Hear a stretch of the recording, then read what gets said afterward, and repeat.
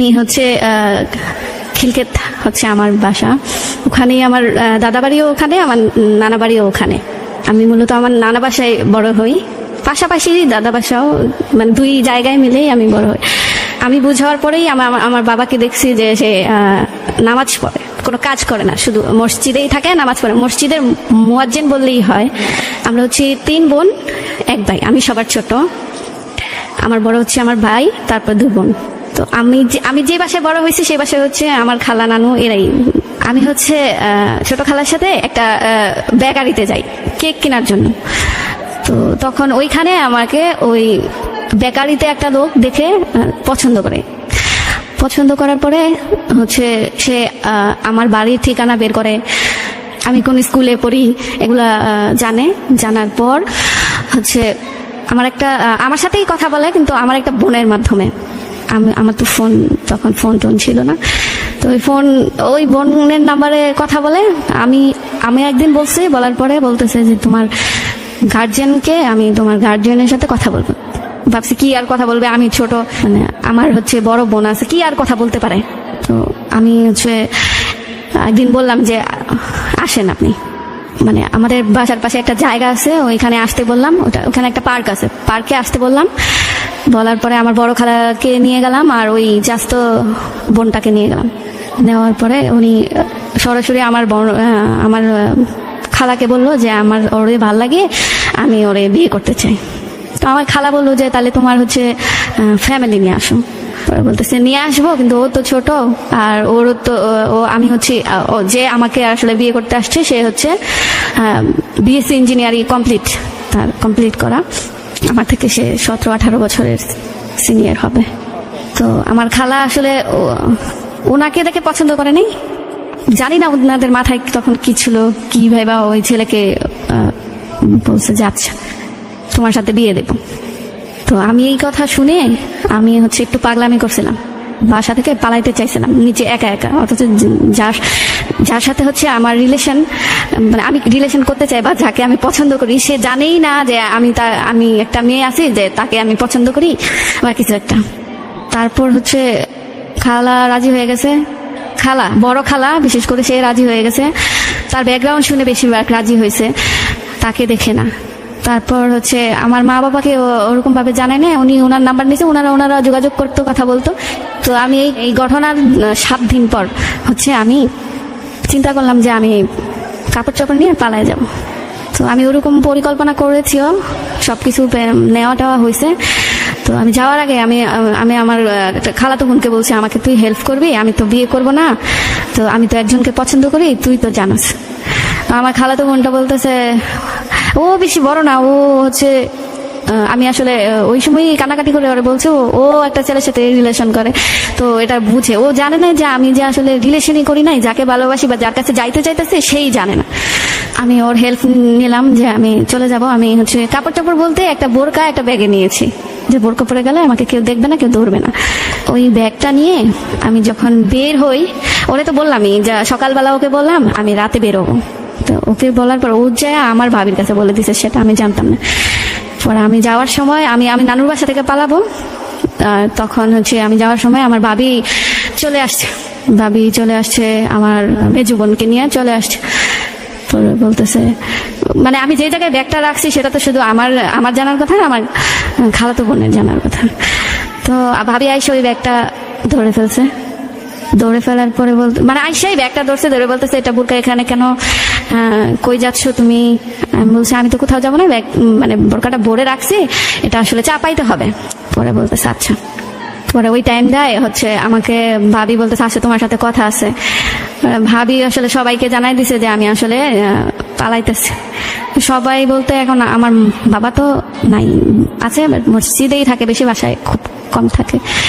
আমার মেজো বোন, বড় খালা, ওরা আমাকে অনেক চেপে ধরছে। আমি ওদেরকে পুরো ঘটনাটা, ওরা বলতেছে যে তোমাকে আমরা বিয়ে দেব, ছেলেকে ডাকো, ছেলে আসুক, ছেলে আসলে ছেলের কাছে আমরা তোমাকে তুলে দেব। কিন্তু তার আগে চিন্তা করো যে তোমার একটা বড় বোন আছে, আর দেখতে হবে তুমি আসলে ছেলেটা তোমাকে কতটা ভালোবাসে, আসলে ভালোবাসে কিনা। ফোন দাও। তো আমি বলছি আমি তো নাম্বার জানি না। পরে বলতেছি তাহলে কেমন ভালোবাসে, তুমি নাম্বার জানো, তুমি কি ওর সাথে কথা বলে না? আমি বলছি না, ওনার সাথে আমার কোনো কথা হয় না, আমি আজকে পালায় যায় ওনার সাথে কথা বলবো যে আমি ওনার জন্য পালায় আসছি। তারপর বলতে মানে সবার মাথায় হাত, সবাই অবাক যে এটা কেমন ভালোবাসা, যে হচ্ছে পালায় যাইতেছে, যার সাথে পালায় দিতেছে সেই জানে না। তো সবাই একটু মানে প্রথমে হচ্ছে অনেক রাগ দেখাইলো, তারপরে একটু মজা করলো, পরে হচ্ছে ডিসিশন নিল যে আমাকে রাখা যাবে না এইভাবে, ওই ছেলের কাছে বিয়ে দিতে হবে। তো আমার বড় খালা আগে ওনার সাথে কি কথা বলছে আমি জানি না, তো ওনাকে ওদিন রাতে ফোন দিয়ে বলতেছে যে এটা হচ্ছে সেপ্টেম্বরের দিকের কাহিনী, সেপ্টেম্বরের 19 তারিখ ওনাকে রাতে ফোন দিয়ে বলতেছে যে হচ্ছে তুমি কি মানে জান্নাতকে সত্যি বিয়ে করতে চাও? উনি কি বলছে আমি জানি না, যদি এখন তুমি তোমার ফ্যামিলি নিয়ে আসো আর তুমি আসো, কিন্তু বিয়েটা এরকম ভাবে হবে যে কেউ জানবে না, তুমি আমি আর হচ্ছে ও আর ওর মেজো বোন জানবে, আর কেউ জানবে না। তুমি তোমার মতো থাকবে, ও ওর মতো থাকবে, ওর মেজো বোনের জন্য একটা ভালো ছেলে দেখবো, দেখে তারপরে হচ্ছে দুজনকে একসাথে দিয়ে দেবো। তারপর রাত শেষ হলো, সকালে আমি হচ্ছে মানে আমি বিশ্বাস করতে পারি না যে আসলে ওই দিনটা আমার আসলে বিয়ে বা কিছু একটা। কেউই জানে না, আমার ছোট খালা জানে না, আমার ছোট খালা তো আমার ভরণ পোষণ সব দিয়েছে। ছোট খালা জানে না, নানু জানে না, মা জানে না, বাবা জানে না, কেউ জানে না, ভাই জানে না। ভাবি বিয়ের ব্যাপারটা জানতো না, ভাবি হয়তো ওই আটকানোর ব্যাপারটা এতটুকু, উনি চলে গেছে, ওনার ছোট বাচ্চা আছে বাসায় চলে গেছে। তো সকালবেলা হচ্ছে শুধু আমাকে হচ্ছে আমার বড় খালা তারা দিচ্ছে যে এক জায়গায় যাইতে হবে, হ্যাঁ রেডি হও। তো রেডি হলাম, বোরকা টোরকা পরলাম, আমি আমার একটা খালাতো বোন, তার সাথে গেলাম। জায়গাটার নামটা আমার আসলে মনে নাই, একটা সিএনজিতে উঠছি, ওঠার পরে গেলাম, যাই দেখলাম একটা রুমের মতন, ওটা আসলে একটা কাজী অফিস ছিল। সেটা আমি অনেক পরে বুঝতে পারি যে কাজী অফিস। আমি সাধারণত ছোটবেলা থেকে বিয়ে যেরকম দেখে আসছি ওরকম বিয়ে না এটা, আমি ওটাকে স্বাভাবিকভাবে নিচ্ছি। এখানে যা করার করবো, আমি যা করতে বলে ওনারা, মানে আমার খালা বা যারাই যা করতে বলে আমি করব। করে ওইখান থেকে বের হয়ে আমি আবার ওই ভাইয়াটার কাছে যাব, ওই ভাইয়াকে আমি বলবো আমার ভালোবাসার কথা, তার জন্য আমি পালায় আসছি। মানে আমি আমার মতো করে, মানে আমি যেটা স্বপ্ন দেখি ঠিক সেটাই আর কি মনে মনে ভাবি যে আমি এটা করবো, ওনার কাছে যাব, আমি এখান থেকে একবার ছাড়া পাই। তো ওইখানে হচ্ছে কাজী ছিল, তারপরে হচ্ছে আমাকে আগে হয়তো কাজী সব ঠিকঠাক করে ছিল। আমার হচ্ছে জন্ম নিবন্ধন ওইটাতে আমার হচ্ছে বিয়ের বয়স হয় নাই। তো ওই ছেলেটা মানে আমার যার সাথে বিয়ে হয়েছে সে একটা সিটি কর্পোরেশন থেকে কিছু একটা বানাইছে। আমি মানে ওনারা কথা বলতেছে, আমি তখনও জানি না সিটি কর্পোরেশন কি আসলে, এগুলো আমি জানি না। তো ওরা কথা বলতেছে, আমি একটু শুনতেছি, যে ওরা আগেই সব রেডি করে রাখছে। আমি গেলাম, আমি যাওয়ার পরে বসলাম, সাইন দিলাম। সাইন দেওয়ার পরে মানে আমার কাছে একটা মজা, এখানে মানে আসছি একটা কাজটা শেষ করে আমি ছাড়া পাবো, এরকম একটা বিষয় আমার কাছে। তো আমি সাইন করলাম, উনি সাইন করলো, তারপরে কি কাবিনামা এইসব ওনাদের ব্যাপারগুলো ওনারা নিয়ে কথা বলতেছে। ওনার কতগুলো বন্ধু ছিল, ওরা হাসাহাসি মাঝে মাঝে করতেছে। আর আমি শুধু চিন্তায় আছি যে আমি কখন বেরোবো, কখন আমি যমুনাতে যাবো ওই ভাইয়াটার কাছে। তারপর শেষ হলো, বিয়ের কাহিনী শেষ। খালা আমাকে নিয়ে আমার বাসায় চলে আসলো, ওর হয়ে গেল, মানে আমার বিয়ে হয়ে গেল। বিয়ে হয়ে যাওয়ার পরে সে যখন আমাদের বাসায় আসে, আমি অনেক পাগলামি করি এটা সেটা, তখন আমাকে আমার নানু বাসা থেকে আমার বাসায় পাঠায় দেওয়া হয়। পাঠায় দেওয়ার পরে আমার বাবা ও বিষয়টা জানে, আমার বাবা জানতো না, বাবারে জানাই নাই, কারণ এটা একটা অশান্তি হইতে পারে, কারণ আমি হচ্ছি ছোট মেয়ে, সেজন্য আমার বাবাকে আর জানাই নাই। আমার মা জানতো, আর আমার বাবা যখন বাসায় থাকতো না তখন হচ্ছে যে উনি আসতো আমাদের বাসায় আসলে আমি নানান ধরনের চিল্লাচিল্লি, মানে অনেক খারাপ ব্যবহার করতাম তার সাথে, মানে এমনকি তাকে আমি বুড়া বেটা বলে বকতাম। সে আমাকে অনেক আদর করতো। আমাদের বাসায় যখনই আসতো আমার জন্য চকলেট নিয়ে আসতো। আমি অনেক মানে বাজে ব্যবহার করতাম তার সাথে। এভাবে হচ্ছে 3 মাস চলে যায়। আমি বাসা থেকে বেরোতে পারি না। লেখাপড়া আমি ইচ্ছা করেই করি না। আমার ছোটবেলা থেকে লেখাপড়া ভালো লাগতো না, একটুও ভালো লাগতো না। লেখাপড়া ছাড়াই আমার হচ্ছে ফ্যাশন ডিজাইনার হয়ে যেতে মন চাইতো, তারপরে হচ্ছে আরজে হয়ে যেতে মন চাইতো। আমি অনেক রেডিও শুনতাম ছোটবেলা থেকে, রেডিওতে, কোনো মোবাইলে না, কিন্তু লেখাপড়া করতে মন চাইতাম। তো সে আমাকে বলতো যে, মানে আমার মাকে বলতো সে বিএসসি ইঞ্জিনিয়ার, আমার তো একটু হলেও লেখাপড়া করতে হবে। তো মারে চাপ দিত, আমার মা আমাকে চাপ দিত স্কুলে যাওয়ার জন্য, কিন্তু আমার যাইতে ইচ্ছা করতো না, কারণ আমার মাথায় একটু চলে আসতেছিল যে আমি একটা বিবাহিত মানুষ হয়ে গেছি, যে আমার বিয়ে হয়েছে। আমি কোথাও গেলে আমাকে জিজ্ঞেস করতো 3 মাস পরে একটা ছেলে যদি কারো বাসায় কন্টিনিউ আসতে থাকে, অজানা নাই আসলে সবকিছুই সবাই জানি হয়ে গেছে। ওই বাসা থেকে ওনার ভাই বোন আসতো আমাকে দেখার জন্য, ফোনে কথা বলতাম, বা কোথাও যাওয়ার হলে আমাকে বলতো রেডি হয়ে বের হও, বা একজন আইসা আমাকে নিয়ে যাইতো। তো সবার মোটামুটি জানা হয়ে গেছে। তো আত্মীয় স্বজন জানতো কিছু কিছু, তারা যখন জিজ্ঞেস করতো কিরে কেমন আছিস, ভালো, তো জামাই কেমন আছে, শ্বশুর বাড়ি কবে যাবে, তখন আমার মাথাটা আউলাই যেত যে আসলে কি হইলো আমার সাথে, মানে কেমন বিয়ে, মানুষের কত আনন্দ করে তারপরে হচ্ছে কি গান বাজনা করে বিয়ে হয়, আর আমার কেন এরকম বিয়ে হলো। আর আমি তো বিয়ে ওনাকে করতে চাই নাই, তো আমি তো ওনাকে মানি না। আমি অনেকবার ওনাকে বলছি আমি আপনাকে মানি না, আপনি হচ্ছে বুড়া বেটা, আমি মানি না, আমার ক্যান্সার। অনেক মানে আমার ওই সময়ের মানে মনের মধ্যে যা আসতো যে আমার তো ক্যান্সার হয়েছে, আমি তো বেশি দিন বাঁচবো না, আমাকে আপনি ছাইরা দেন, এই সেই অনেক কথা বলতাম ওনাকে। তো উনি তো বুঝতো ছোট একটা মানুষ, তো উনিও হাসতো, হাসা উড়াই দিত। আসতো আমাদের বাসায়, আইসা সবার সাথে আড্ডা টাড্ডা দিত। আমার কাছে যখন আসতো তখনই মার খাইতো, মানে হয় চায়ের কাপ দিয়ে দিলাম মারতাম, নাহলে গরম চা ডাইলা দিতাম, শরীরে লাথি মারতাম, মানে অনেক রুড ব্যবহার করতাম। তো একটা সময় আমি জানি না কি হলো, মানে সে একদিন আমাদের বাসায় আসলো। আমি আসলে এই কথাটা কিভাবে বলবো আমি বুঝতে পারতেছি না। আমি জানি না ওই দিন রাতে আমার কি হয়েছিল, আমার কোনো সেন্স ছিল না। আমি শুধু এতটুকু মনে আছে যে একসাথে বসে আমি সবার সাথে খাবার খাইতেছিলাম। সে রাতে আসছিল, এর আগে কখনো রাতে আমাদের বাসায় আসে নাই। তো আমরা বসে সবাই ভাবি, আমি, আমার মেজো বোন, তো বড় বোন আসছিল, ওর বেবি হবে, ও গ্রামে ওর বিয়ে হয়েছে, তো সেজন্য ও হচ্ছে বেবির জন্য ঢাকায় আসছিল, ও বাসায় ছিল। সবাই আমরা বাড়ি অনেক মানুষ, অনেক, তো তার মধ্যে খাইতে বসছি। উনি আমাদের বাসার জামাই, তো আসছে, রান্না টান্না করছে, তো সবাই একসাথে বসে খাইছি, সেও খাইছে। আমি জানতাম যে প্রতিদিনের মতো সে আসবে, খাবে, খেয়ে চলে যাবে। তো খাওয়া দাওয়া শেষ, সবাই আড্ডা দিচ্ছি, সে যাচ্ছে না। মানে অনেক সময় হচ্ছে ঘরের ভিতরে সবাই আছি, ধাম করে দেখি কেউ নাই, শুধু সে আর আমি, এরকম একটা বিষয়। তখন আমি চিল্লাচিল্লি, মানে বিরক্তিকর যে একটা বিষয়, ওটা প্রকাশ করতাম। আবার সবাই চলে আসতো, কারণ আমাদের ওদিকটা একটু গণবসতি হচ্ছে, একটু গ্রাম, যখনকার কথা বলতেছি তখন একটু গ্রামই ছিল। তো চিল্লাচিল্লি করলে রাতের বেলা এটা বিষয়টা খারাপ না, তো সেজন্য আবার সবাই চলে আসতো।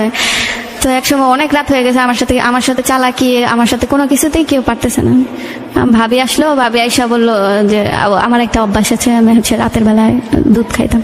ভাবি দুধ দিয়ে বললো খাও, খায়া যাও, ঘুমায় থাকো তাইলে। আর হচ্ছে যে ওনার কথা বলতেছে যে ভাইয়াও চলে যাবে, দেখবি তুমি যাও। তো আমি ওইটা খাইলাম, খাওয়ার পরে আমি ঘুম পাইছি, ঘুমাই গেছি। তারপর সকাল হওয়ার পর দেখি সেও যায় নাই, বাসায় আছে। তো যাই হোক, আমি ওই দিন ডিসিশন নিলাম সকালে উঠে যে এর মধ্যে আমার সহপাঠী অনেকেই আমার কাছে আসছে, কিরে তুই স্কুলে যাবি না, তোরে ছাড়া ভাল লাগে না। কিন্তু কারো কথা আমার ভাল লাগে নাই তখন আমার কারো কথা ভাল লাগে না, না মার কথা, না সহপাঠীদের কথা, কারো কথা ভাল লাগে না। মনে হলো যে আমি একটা অন্য একটা মানুষ, অন্য প্রাণী হয়ে গেছি, নিজের ইচ্ছার বিরুদ্ধে কিছু বলবার কিছু। সকালে আমি ডিসিশন নিলাম আমি স্কুলে যাব। ততদিনে আমার হচ্ছে ফাইনাল এক্সাম চলে আসছে। আমি ডিসিশন নিলাম আমি স্কুলে যাব। তো সবাই বলতেছে তাহলে তো আবার নতুন করে ভর্তি হতে হবে, কারণ আমি হচ্ছে দ্বিতীয় মেয়াদি পরীক্ষা মেবি আমি দেই নাই। আমি বলছি যে আমি যাই, আমি আমার ম্যাম স্যারদের সাথে কথা বলি, দেখি। স্কুলে গেলাম, কিন্তু আমার স্কুলের প্রতি কোনো মন নাই, কিছু নাই। মানে স্কুল দেখা আমার আরো বেশি খারাপ লাগতেছিল যে আমি আরো আগে আসলাম না, কেন আসলাম না, স্কুলের প্রতি কেন আমার রাগ ছিল, জেদ ছিল।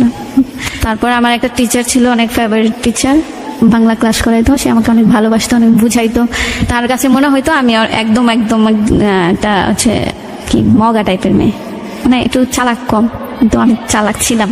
তো সে তার কাছে গেলাম, তখন আমি ম্যামকে সব শেয়ার করলাম যে ম্যাম আমার তো যে বিয়ে হয়ে গেছে, এই সেই।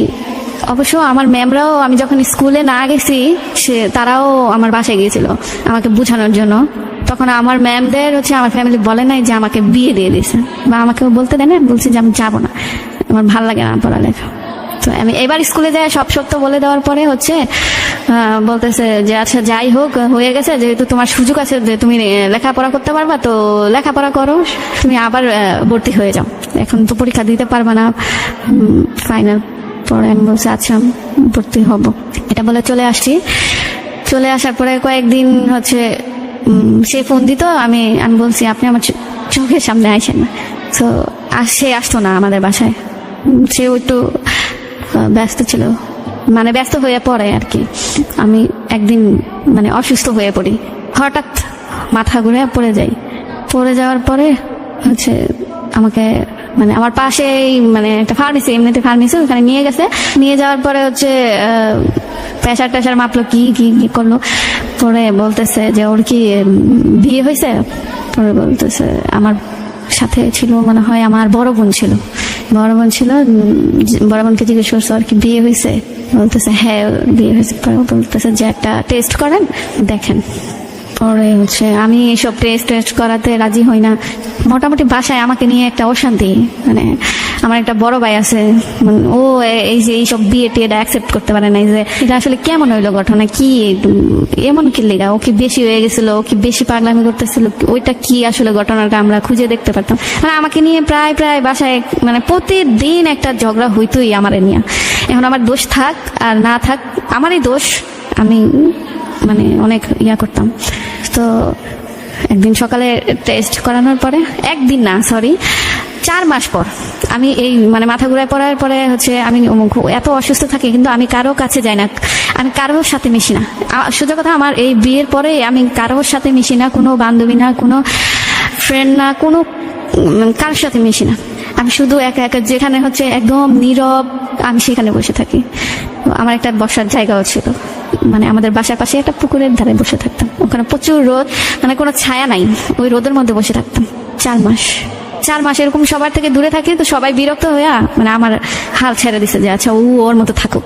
তো একদিন হচ্ছে এর মধ্যে আমি হচ্ছে আবার সেন্সলেস হয়ে গেছি, সেটা হচ্ছে বমি করতে করতে। আর আমার বমির প্রবলেমটা ছোটবেলা থেকেই, মানে মানে খাবার দাবার খাওয়ার পরে আমার একটা মানে বমি ভাব আসে। তো সবাই ভাবছে ওইটাই হয়তো, তাদের ওইটা মাথায় নাই যে আমি আমার অন্য কিছু হইতে পারে। তো 4 মাস হয়ে গেছে।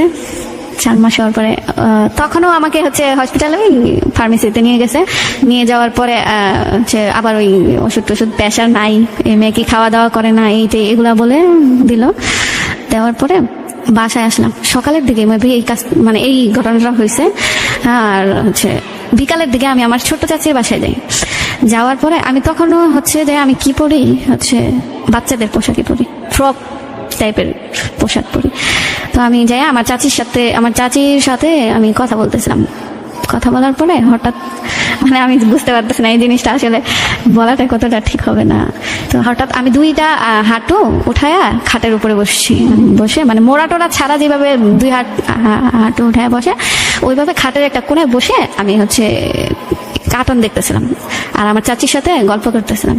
তো চাচি কি যেন একটা কাজ করতেছিল। তো আমি ওই হাঁটু উঠায় বসার পরে আমার পেটের মানে বাম সাইডে মনে হলো যে মানে নাড়াচাড়া দেওয়া উঠলো। আমি লাফ মারা বলতেছি চাচি আমার এখানে কি যেন একটা মানে নড়াচড়া করতেছে, একটু দেখবেন আপনি।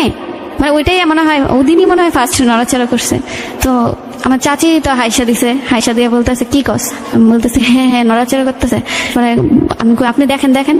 পরে সে হাত দিছে, মানে মনে হইতেছে উনি বলতেছেন যে হ্যাঁ ঠিকই তো। এই মানে আমিও টার পাইতেছি যে হার্টবিটের একটা মানে ধুক প্রথমে নড়াচড়া একটা জোরে সোরে, তারপর হচ্ছে একটা যখন আমি দাঁড়ায় পড়লাম তখন ধুক এরকম মনে হচ্ছে যে ভিতর থেকে এরকম কিছু ফিল করতেছে আমি।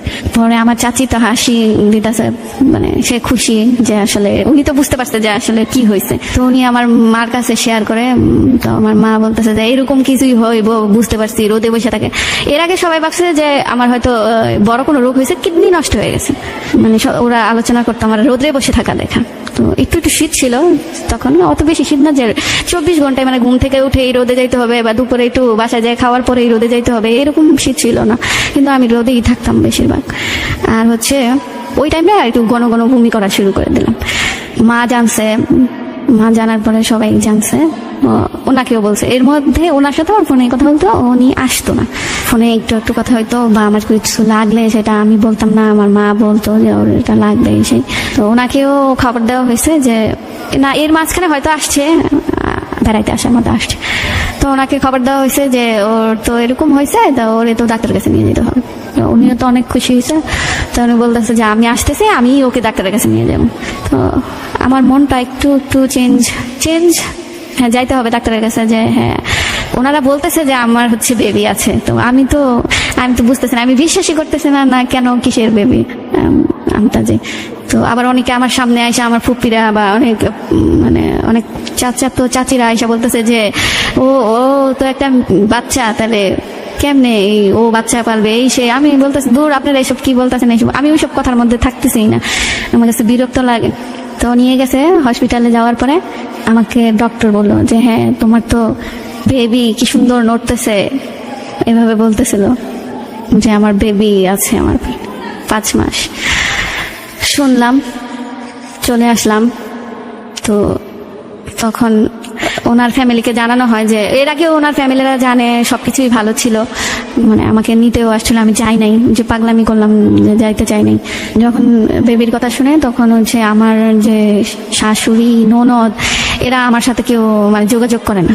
তো উনি শুধু যোগাযোগ করে আমার সাথে, উনি বলতেছে যে আমার বোনের তো বিয়ে হয় নাই, তো ওর বিয়ে হলেই আমি তোমাকে নিয়ে আসবো, ভালোভাবে নিয়ে আসবো। বা আমার মা এদেরকে বলতো। আমার মা আসলে কেমন টাইপের একটা লোক, মানে এত সরল সোজা, মানে তাদের উচিত ছিল তখন যে এরকম যেহেতু 2 ফ্যামিলি বসা দিয়ে দেওয়া বা কিছু একটা, আমাকে পোষার তো কোনো প্রয়োজন ছিল না।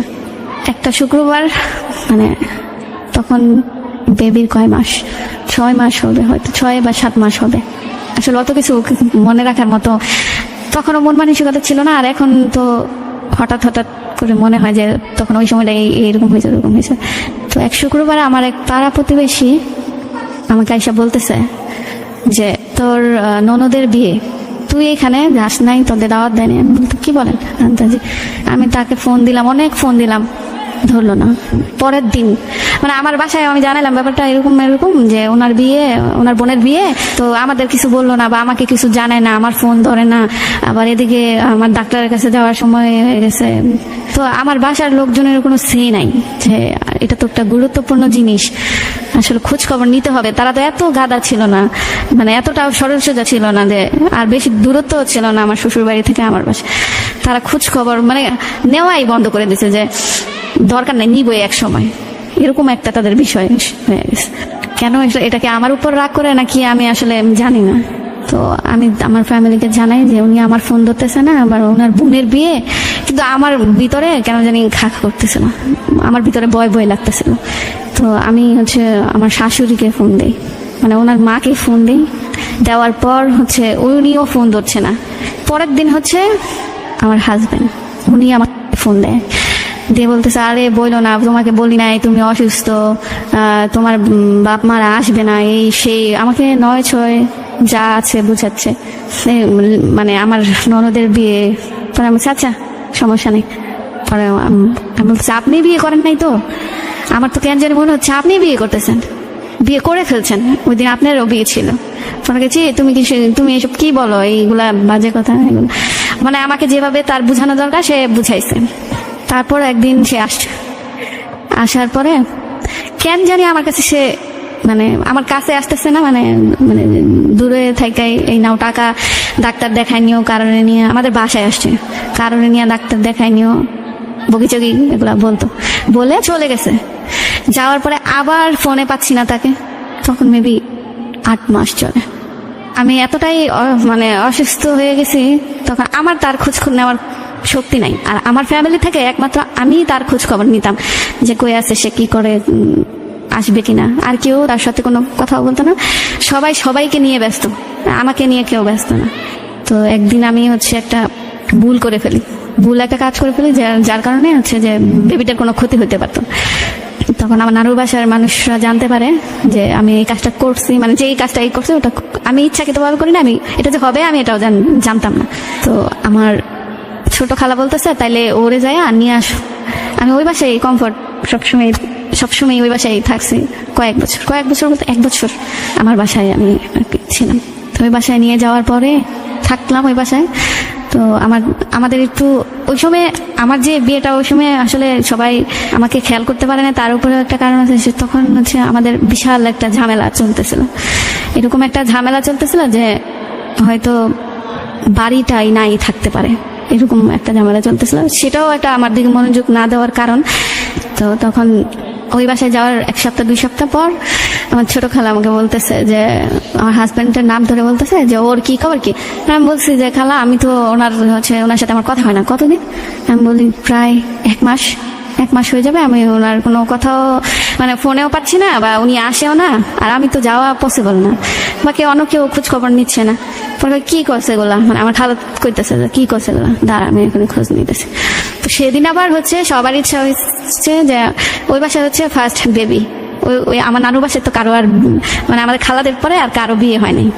একটা খালাতো বোনের বিয়ে হয়েছে, কিন্তু ওর হচ্ছে বেবি নাই, আর হলেও তো ওর শ্বশুর বাসায় থাকবে।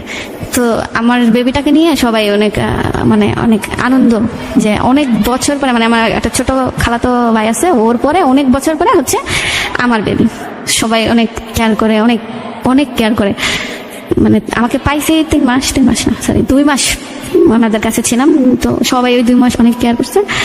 হচ্ছে এখন আমার হচ্ছে অনুষ্ঠান, 7 মাসের অনুষ্ঠানের সময়টা চলে গেছে। আমি দেখছি আমার বড় বোনের 7 মাসের অনুষ্ঠান মানে এত সুন্দর করে করছে, এত বড় করে করছে, মানে অনেক বড়, অনেক সুন্দর লাল শাড়ি দিয়ে ওরে সাজাইছে, হলুদ দিছে।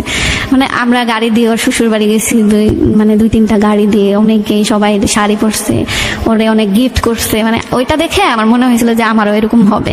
তো আমি ওই আমার খালার কাছে এই জিনিসটা শেয়ার, আমার টাইমটা চলে গেছে, তাও আমি খালার কাছে আমি শেয়ার করছি যে আমার কি হবে না, আমাকে কেউ লাল শাড়ি দিবে না। পরে আমার খালা তখনই বলতেছে যে আজকেই তাহলে তোর ওই দিন, আজকেই হচ্ছে তোকে লাল শাড়ি দেওয়া হবে। তো আমাকে একটা লাল শাড়ি এনে দিয়েছে। পরে বলতেছে এটা পরবি বিকালে। তো পরছি, পরার পরে বড় খালা আর ছোট খালা মিলে বলতেছে যে এখন তোরা নিয়ে ঘুরতে যাব। কারণ আমার কেউ নাই, ওনারা ততক্ষণ আমাকে জানায় না, ততক্ষণ ওনারা বুঝে গেছে যে ও হচ্ছে আমার সাথে মানে থাকবে না, মানে আমার হাজবেন্ড। ওনারা বুঝতে পারছে, আমি কিন্তু বুঝি নাই। ওই দিনই বুঝছি যে ওনারা ঘুরতে নিয়ে যাচ্ছে। মানে একটু আমার মনে কেমন যেন লাগতো, কিন্তু আমি শিওর না। তো ওনারা আমাকে নিয়ে ঘুরতে গেছে, মানে ঘুরায় টুরায় আনছে। রাতে তারা সবাই বসার পরে কথা বলতেছিল। আমার সেই মুহূর্তে ওগুলা নিয়ে ভাবার কোনো মানে মন মানসিকতা ছিল না, কারণ আমার শরীরটা ডাবল হয়েছিল। মানে এতটা কষ্ট, মানে মা হওয়া। তারপর হচ্ছে সকালে আমার মা, আমার ছোট খালা আর আমার একটা ফুফাতো ভাই মিলে ওর মার কাছে গেছে। যার পর বলতেছে এরকম হয়েছে, আপনারা এখান থেকে কোনো খোঁজ খবর নেন না।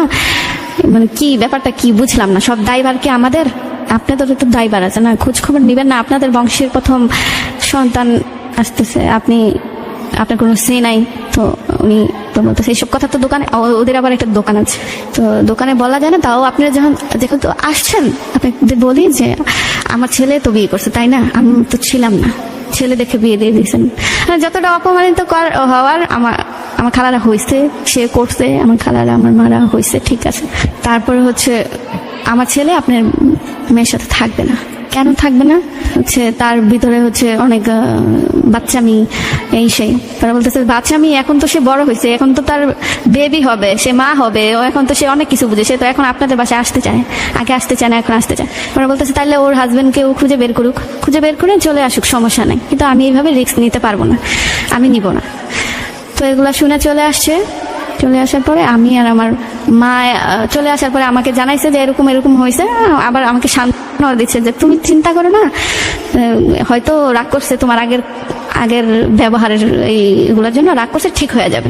এটা ঠিক হবার না তারা জানে, বাট আমি জানি না। তো অনেকদিন না 15 দিন পরে এই ঘটনার হচ্ছে আমি আর আমার মা মানে বাজারের দিকে, মানে একটা হসপিটালে গেছিলাম। আসার সময় আমি ওদের দোকানের দিকে তাকিয়ে দেখি যে ও দোকানে। তাই আমি বলছি মা ও তো দোকানে, চলো দোকানে যাই। তো গেলাম, যাওয়ার পরে আমাকে বলতেছে, আমি বলছি আপনি কই ছিলেন এতদিন? আমার দিকে বড় চোখ করে বলতেছে কে তুমি? আমি বলতেছে আমি কে মানে? পরে বলতেছে তোমার সাথে কথা হবে বাসায় যাও, আমার মা কথা বলবে তোমার সাথে, আমি কোনো কথা বলবো না। আমি বলছি আপনার মার কাছ থেকে গেছে, আমার ফ্যামিলি বলতেছে যে আপনার সাথে, আপনাকে ধরার জন্য, এখন আপনাকে ধরছে আপনি বলতেছেন। তো সে তো চিল্লা টিল্লা একদম রাস্তার মানুষ একাকার করে ফেলছে, শুধু কোনো কারণ নেই আমাকে বকতেছে ইচ্ছা মতন। তো এইরকম দেখে আমরা চলে আসছি। ওর লোকজনরা ওরে নিয়ে মানে বুক ব্যথার একটা অ্যাক্টিং করলো নাকি আসলে রিয়েল ছিল, আমি আসলে এখন বলতেছি যে অ্যাক্টিং ছিল, আমি জানি না। তো ওর ফ্যামিলি ওকে নিয়ে চলে গেছে। তো আমি আমার ফ্যামিলিকে নিয়ে মানে আমার মাকে নিয়ে আমি চলে আসছি। আমার মারা যতটুকু বুঝে গেছে, আর আমি যতটুকু বুঝে গেছি।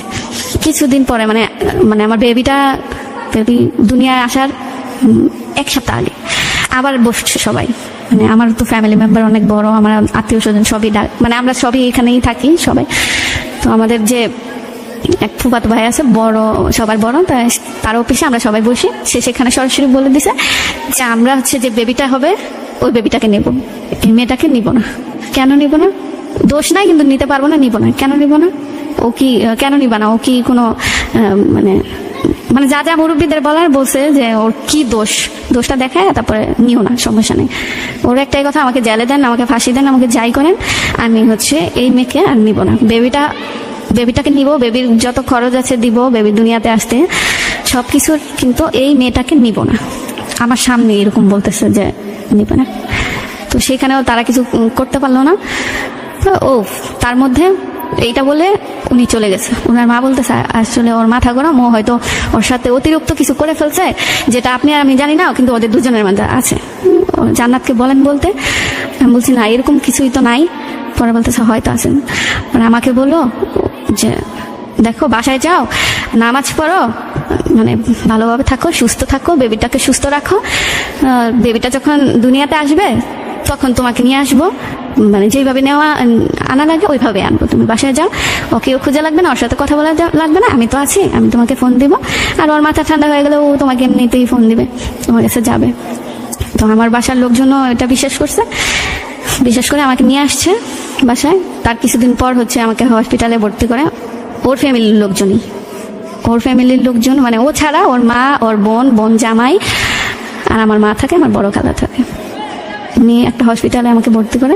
সেখানে একটা বেবি হয়, মেয়ে বেবি হয় একটা আমার। তখনও হাসপাতালে তারা খেলনা, জামা কাপড় এগুলা আপনি যাবি নিয়ে যায় বলতেছে যে আচ্ছা তাহলে যেদিন আমার হাসপাতাল থেকে বাসায় যাওয়ার কথা, তাদের কথা ছিল হাসপাতাল থেকে তাদের বাসায় যাওয়ার কথা, কিন্তু আমাকে যাইতে হচ্ছে আমার বাসায়। আমার মাকে আবার সেই বুঝ দিল যে আচ্ছা আপনার বাসায় নিয়ে যান, ওইখান থেকে আমরা গাড়ি সাজায় ওদের দুজনকে নিয়ে আসবো। আমার মা তাই শুনলো, আমাকে আমাদের বাসায় নিয়ে গেছে। আমার নানুর বাসায় নিয়ে জানে আমার মা যে ওইখান থেকে মেয়েকে উঠাই দিব, এটা ভালো না, বাসা থেকে উঠাই দিতে হবে। তো আমাকে আমাদের বাসায় নিয়ে গেছে। নিয়ে যাওয়ার পরে 1 সপ্তাহ চলে যায়, ফোন দেয় না, তারাও ফোন দেয় না, কোনো খোঁজ খবর নেয় না, বেবিটারও কোনো খোঁজ খবর নেয় না। তারপরে 40 দিন হয়। 40 দিনের মাথায় একটা কাগজ আছে আমাদের বাসায়, 40 দিন বা 2-1 দিন আর কি বেশি হবে। তো এই কাগজটা আমার মা নেওয়ার পরে বড় চাচার ছেলে বলতেছে দাঁড়ান, কাগজটা আগেই খুলেন না। ওই যে কাগজটা নিয়ে আসছে তাকে জিজ্ঞেস করছে এটা কোত্থেকে আসছে। পরে বললো যে এটা কোন উকিল না কি কোন কাজী অফিস থেকে আসছে। পরে বলতেছে দাঁড়ান, নামটা দেখি উপরে। পরে দেখলো আমার নাম দেওয়া। পরে ওই কাগজটা অ্যাকসেপ্ট করেনি, কাগজটা দিয়ে দিছে। পরে আমার মাকে বুঝালো যে ওরা ওকে ডিভোর্স দিয়ে দিছে, নিবে না ওকে। তখন বেবির 40 দিন বা একটু বেশি হবে। তখন আমার ফ্যামিলি মানে ওর ফ্যামিলির কাছে গেল না যে এটা আসলে কি করলেন বা কি, এরকম ভাবে যায় নাই। এই বাসা থেকে ফোন দেওয়া হয়েছে, ওরা ফোন ধরে নাই, তাও যাচ্ছে না। এরকম করতে করতে 4 মাস চলে গেছে। ওদের অলরেডি 3টা নোটিশ আমাদের কাছে দেওয়া হয়ে গেছে। আটকা রেখে, মানে এগুলো হয়ে গেছে আগেই, কিন্তু আটকা রেখে আমাদের আর কি, আসলে আমি বুঝি নাই তখন কেমনে কি করছে দিছে। তো আমি জানি আমাদের হয়ে গেছে, ডিভোর্স হয়ে গেছে। এখন আমার মা বলতেছে যে তাহলে তো এইভাবে ছেড়ে দেওয়া যায় না। তো আমার দোষ তো ছিল না কোনো, না আমার মেয়ের ছিল না এই বাচ্চাটার কোনো দোষ ছিল। তো আমরা থানায় মানে অনেক জায়গায় বসা হয়েছে, তো থানায় লাস্টবার বসছে সেখানেও বলছে যে তাকে জিজ্ঞেস করা হয়েছিল যে ওর কি কোনো পরকীয়া আছে বা ও কি বাজেভাবে চলাফেরা করে, তোমার কথা শুনে না? সে বলছে না, মানে সে বলতে আমার হাজব্যান্ড, সে বলছে না, ওর ভিতরে এরকম কিছুই না, আসলে ওকে আমি চাচ্ছি না, বেবিটা যদি ওরা দিয়ে দেয় বা না, বেবিটা না দিতে হবে না, বেবিটা আমরা নিই। এটা হচ্ছে 15 লাস্টের দিক দিয়ে। ওকে, তারপরে কি হলো শুনি। 15 লাস্টের দিক দিয়ে হচ্ছে বেবিটা ওনারা নিয়ে নেবে, আমাদের নামে একটা মামলা করেছিল, মানে বেবিটা নেওয়ার জন্য।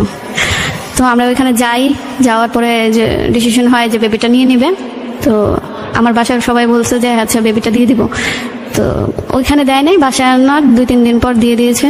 দিয়ে দেওয়ার পরে ওনারা নিয়ে গেছে। তো বাসা থেকে এতটুকু সবাই, মানে সবাই ভাবছিল যে ও কান্নাকাটি করবে, আর আমি তো ওর কাছে বেশি ছিলাম না, আমার নানু ওকে বেশি টেক কেয়ার করছে, আমার নানু আর ওর নানু, এই দুজন ওকে আর কি বেশি টেক কেয়ার করছে। রাতে নিয়ে ঘুমাইতো, মানে যতটুকু করার করতো। আমার কাছে খুব কম ছিল, তো আমাকে, ওর সাথে আমার সম্পর্ক ছিল একটা বন্ধুর মতো, মানে যখন খেলার টাইম তখন ও আমার পাশে, আমি ওর পাশে। তো আমাকে বোঝানো হয়েছে যে যেদিন ওকে নিয়ে যায় ওদিন আমার মা ওকে দিয়ে আসে। আমার মা আমাকে বলতেছে যে ওরে নিয়ে যাব, সকালে নিয়ে যাব, বিকালে দেখবে ওর বাসার লোকেরা দিয়ে দিছে, ও কান্নাকাটি করবে, দিয়ে দিবে, আচ্ছা। তো এতটুকু সময় তো আমি ওকে ছাড়া থাকি, কারণ আমাকে স্কুলে ভর্তি করে দিছে, আবার স্কুলে আমাকে 15 সালে স্কুলে ভর্তি করে দিছে। তো ওকে নিয়ে গেছে, সন্ধ্যা হয়ে গেছে, এখনো দিয়ে জানি। তো আমার এটাও, আমার ফ্যামিলি আমাকে সবাই নিয়ে বুঝাইছে যে তোমার এটা মানতেই হবে। হ্যাঁ, দেখো, তোমাকে ওরা চায় না, তোমার কোনো কারণ ছিল না, তোমার কোনো দোষ ছিল না তোমাকে না চাওয়ার মধ্যে, তাহলে তুমি ওরে কেন বয়ে বেড়াবা? ও ওইখানে থাকবে, ও ভালো থাকবে, ওর ফ্যামিলি ভালো, ওখানেই থাকুক, ওরে মানে তোমার মেয়েটাকে ওরা বয়ে বেড়াক, তুমি বয়ে বেড়াবা কেন? তুমি লেখাপড়া করো, ও তোমার কাছে আসবেই, তোমার যখন যাইতে ইচ্ছা করবে যাই ওরা দেখে আসবা, নিয়ে আসতে ইচ্ছা করবে নিয়ে আসবে। এইভাবে আমাকে একটা বুঝ দিলাম, বুঝে গেলাম যে আচ্ছা ওকে। তারপর হচ্ছে 16 সালে হচ্ছে আমি একদম ফ্রি। আমার বড় ভাই মানে বাহিরে চলে গেছে, ফ্রি বলতে আমি স্বাধীনভাবে চলাফেরা করতে পারবো, আমার মনে কোনো ভয় নেই যে ওইখানে গেলে আমার ভাই দেখলে আমাকে মারবে, ওইখানে গেলে আমার ভাইয়ের বন্ধু ভাইকে জানাবে আমাকে মারবে, এরকম কোনো চিন্তাই আমার মধ্যে ছিল না। আমার চিন্তা ছিল যে আমার এবার বাহিরে যেতে হবে, রাস্তাঘাট চিনতে হবে, সবকিছু চিনতে হবে, সবকিছু জানতে হবে, ফ্রিডম ভাবে চলতে হবে। আমার ভাই বিদেশে চলে গেল, তখন আমি হচ্ছে আবার যমুনাতে যাই। এর মধ্যে যমুনা থেকে তো আমি একদম মানে বিরত ছিলাম, মানে গেলাম শপিং করার জন্য, গেছি খালাতো বোনের সাথে, আমার মার বার্থডে গিফট কিনতে গেছি। হ্যাঁ, খালাতো বোন আর কিছু বন্ধুদের বান্ধবীদের সাথে। এর মধ্যে আপনার বাচ্চার সাথে যোগাযোগ করেন না? এর মধ্যে ওরাই বলে দিছে যে 6 মাসের মতো তুমি হচ্ছে এদিকে আসবা না, আর তোমাকে ওরে ভুলাইতে হবে, তো তোমাদের 6 মাসের মতো আসবা না। তো আমিও বাসায় জানাইছি, ওরা 6 মাসের মতো আমার বেবিকে আমাকে দেখতে দিবে না। পরে আচ্ছা দরকার নাই, থাক না, তোমার ভুলুক আগে। পরে আমি এটাও মেনে নিলাম। তখন আপনার বাচ্চার বয়স 1 বছর? 1 বছর কিছু বেশি। হ্যাঁ। তো ওই বাচ্চাটা কার কাছে থাকতো ওখানে? ওখানে থাকতো ওর দাদুর কাছে। আচ্ছা, দাদু আছে, ওর মা আছে, মানে ফুপ্পি আছে। ওর মা আছে বলতে? ওর বাবা ও আরেকটা বিয়ে করছে। আচ্ছা, সেটা কি আপনাকে বিয়ে করার আগে? না না, পরে? আমাকে বিয়ে করার পরে, আমি থাকাকালীন। আচ্ছা, আপনি থাকাকালীন? হ্যাঁ। সেই বিয়ের কথা আপনি জানতেন কবে? এটা জানছি হচ্ছে যখন ওই যে ওকে নিয়ে গেছে, তখন হচ্ছে একদিন আমরা ওরে দেখতে যাই। মানে 6 মাসের আগে জোর জবরদস্তি করে আর কি, আমার নানু একটু অসুস্থ হয়ে পড়ে, আমার নানু ওরে পালছে, তো বলতেছে ওর এবার দেখা উচিত। তো আমরা সবাই ফ্যামিলি সবাই চলে গেছি ওদের বাসায়। যাওয়ার পরে তো ওর দাদু ইচ্ছা করেই আমার মেজু, মানে আমাকে ঢুকতে দেয়নি, আমার মেজু বোনকে ঢুকতে দিচ্ছে, আমার নানুকে ঢুকতে দিচ্ছি বাসার ভিতরে, কারণ ওখানে বউ আছে, তো এর জন্য আমাকে ঢুকতে দেয়নি। আমি গেটের বাইরেই দাঁড়াচ্ছিলাম। তো আমার মেজু বোনকে বলতেছে যে, আমি বলতেছে, আমার মেজু বোন নাকি বলতেছে যে একটু তাড়াতাড়ি করেন, আমাদের কাজ আছে, ওর একটু দেন, দেখে চলে যাই, আমার কলেজে যেতে হবে। পরে ওর দাদু বলতেছে তুমি কলেজে পড়ো? পরে বলতেছে হ্যাঁ। আমার বৌমা তো কলেজে পড়ে, কিন্তু এখন হচ্ছে ওই যে অসুস্থ বেবি হবে, এগুলো বলতেছে। পরে ওইখান থেকে আমার বোন জানতে পারছে যে হ্যাঁ, ও আমার হাজবেন্ড, উনি বিয়ে করছে, আর আগেই বিয়ে করছে, না তাহলে বেবিটা থাকতো না, ওনারও আরেকটা বেবি। পরে ওরা দেখে চলে আসছে, ওই মেয়েটাকেও দেখছে যে ও, ওই মেয়েটা আবার জানতো যে আমি আমার হাজবেন্ডটার লাইফে আছি, আমাদের এখনো ডিভোর্স হয় নাই, যাই নাই, বিয়েটা করছে। হ্যাঁ, হয়তো আমার কোনো দোষ দেখাইছে বা কিছু, আমরা তো জানি না। তো যাই নাই বিয়ে। তার মানে আপনার ওই বাচ্চাটা হচ্ছে তার দাদুর কাছে, এবং তার একটা সৎ মা আছে ওখানে, তাদের কাছে বড় হচ্ছে। হ্যাঁ, তাদের কাছে বড় হচ্ছে। তারপর তারপর হচ্ছে বাচ্চাটা দেখে চলে আসছে, তো বলছে আপনি বলছিলেন যে আবার যমুনাতে যাওয়া শুরু ও হ্যাঁ, যমুনাতে যাওয়া শুরু করলাম। ওই দিনই গেলাম। যাওয়ার পরে তো ওই যে ছেলেটা, ওটা আমার মাথা থেকে নাই, মানে ছিল না। যে যমুনাতে যখন যাওয়া ধরি তখন ছিল না। তো যাওয়ার পরে আমি ওই ছেলেটারই শোরুমে যখন যাই তখন দেখলাম, ওনাকে দেখলাম। দেখার পরে তো আমার তো আবার সেই যে আমার ক্লাস 7-এ থাকার মন মানসিকতা, ওই মন মানসিকতায় চলে গেছি আমি। আমার যে বিয়ে, আমার যে বেবি, এগুলো আমি আবার ভুলে গেছি সব। তো তাকে দেখে আসি 15ই ডিসেম্বর, এটা হচ্ছে 2016 সালে। 16, হ্যাঁ 16 না 15, মানে এর মধ্যেই হবে। হ্যাঁ, ডিসেম্বরের মাসটাই দেখছে, আমার এটা মনে আছে। দেখার পরে আমি হচ্ছে যে 16 তারিখ একটা সিবি আমার একটা ফ্রেন্ডের মাধ্যমে, সিবি কি জিনিস সেটাও আমি জানতাম না, সিবি বানাই। আমি হচ্ছে তখন ট্রেনে পড়ি, তো আমার সিবি হয় না। তো আমার একটা ফ্রেন্ডের মাধ্যমে সিবি বানানোর পরে আমি ওই শোরুমটাতেই নিয়ে যাই, যাইয়া ওনার কাছেই আমি হচ্ছে সিবিটা দিই। দেওয়ার পরে আমাকে 3 মাস পর ওইখান থেকে ডাকার পরে মানে আমি যাইতেছিলাম আমার একটা ফুফাতো বোনের বাসায় একটা অনুষ্ঠান। ওই সময় ফোন দিছে যে আপনি কি জান্নাত? বলছি হ্যাঁ। আপনি তো আমাদের শপে সিবি জমা দিয়েছেন, আপনি কি জব করতে ইচ্ছুক? না, কোথাও করতেছেন? আমি বলছি না, আমি করবো। পরের দিন বললো যে চলে আসেন, তাহলে আপনাকে ট্রায়ালে রাখবো, তারপরে আপনার জব। তো গেলাম, জবটা নিলাম, জবটা শুরু মানে করতে থাকলাম রানিং। এর মধ্যে আমি হচ্ছে জবটা নিয়েছি মার্চের 4 তারিখে আমি জয়েন করি। তো এই কয়দিন আমি তাকে দেখি, কাজ শিখি। আর আমি কাজ পারি না কিচ্ছু, কিন্তু সে হচ্ছে একটা ম্যানেজার, ওই শোরুমের ম্যানেজার। তো সে কি করলো যে অন্য 9টা মেয়েদের তো কাজ শিখায় নাই, সে নিজ হাতে আমাকে কাজ শিখাইছে। তো কাজ শিখেছে, আমি ভাবলাম যে সামথিং নালে তাই যে অন্য মেয়েরা বলতেছে জানো তোমার তো লাগ ভালো, তোমাকে কাজ শিখাইতেছে নেওয়ার জন্য। আর এমনিতে আমাদের আয়না টাইলে ফালায় রাখতো, যদি ভালো কাজ করতে পারতাম নিচে, যে কাজ করতে পারছে সেজন্য নিচে অনেকটা বাদ করে দিছে। আর তোমাকে দেখো নিজে কাজ শিখাইতেছে।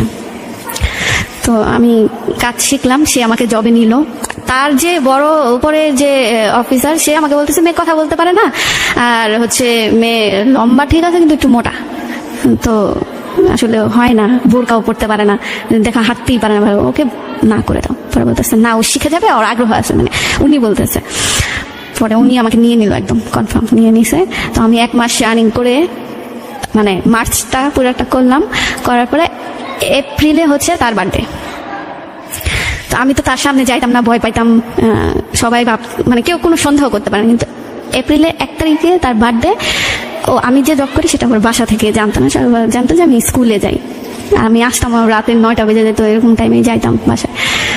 তো প্রথম কয়দিন জানেনি কেউ।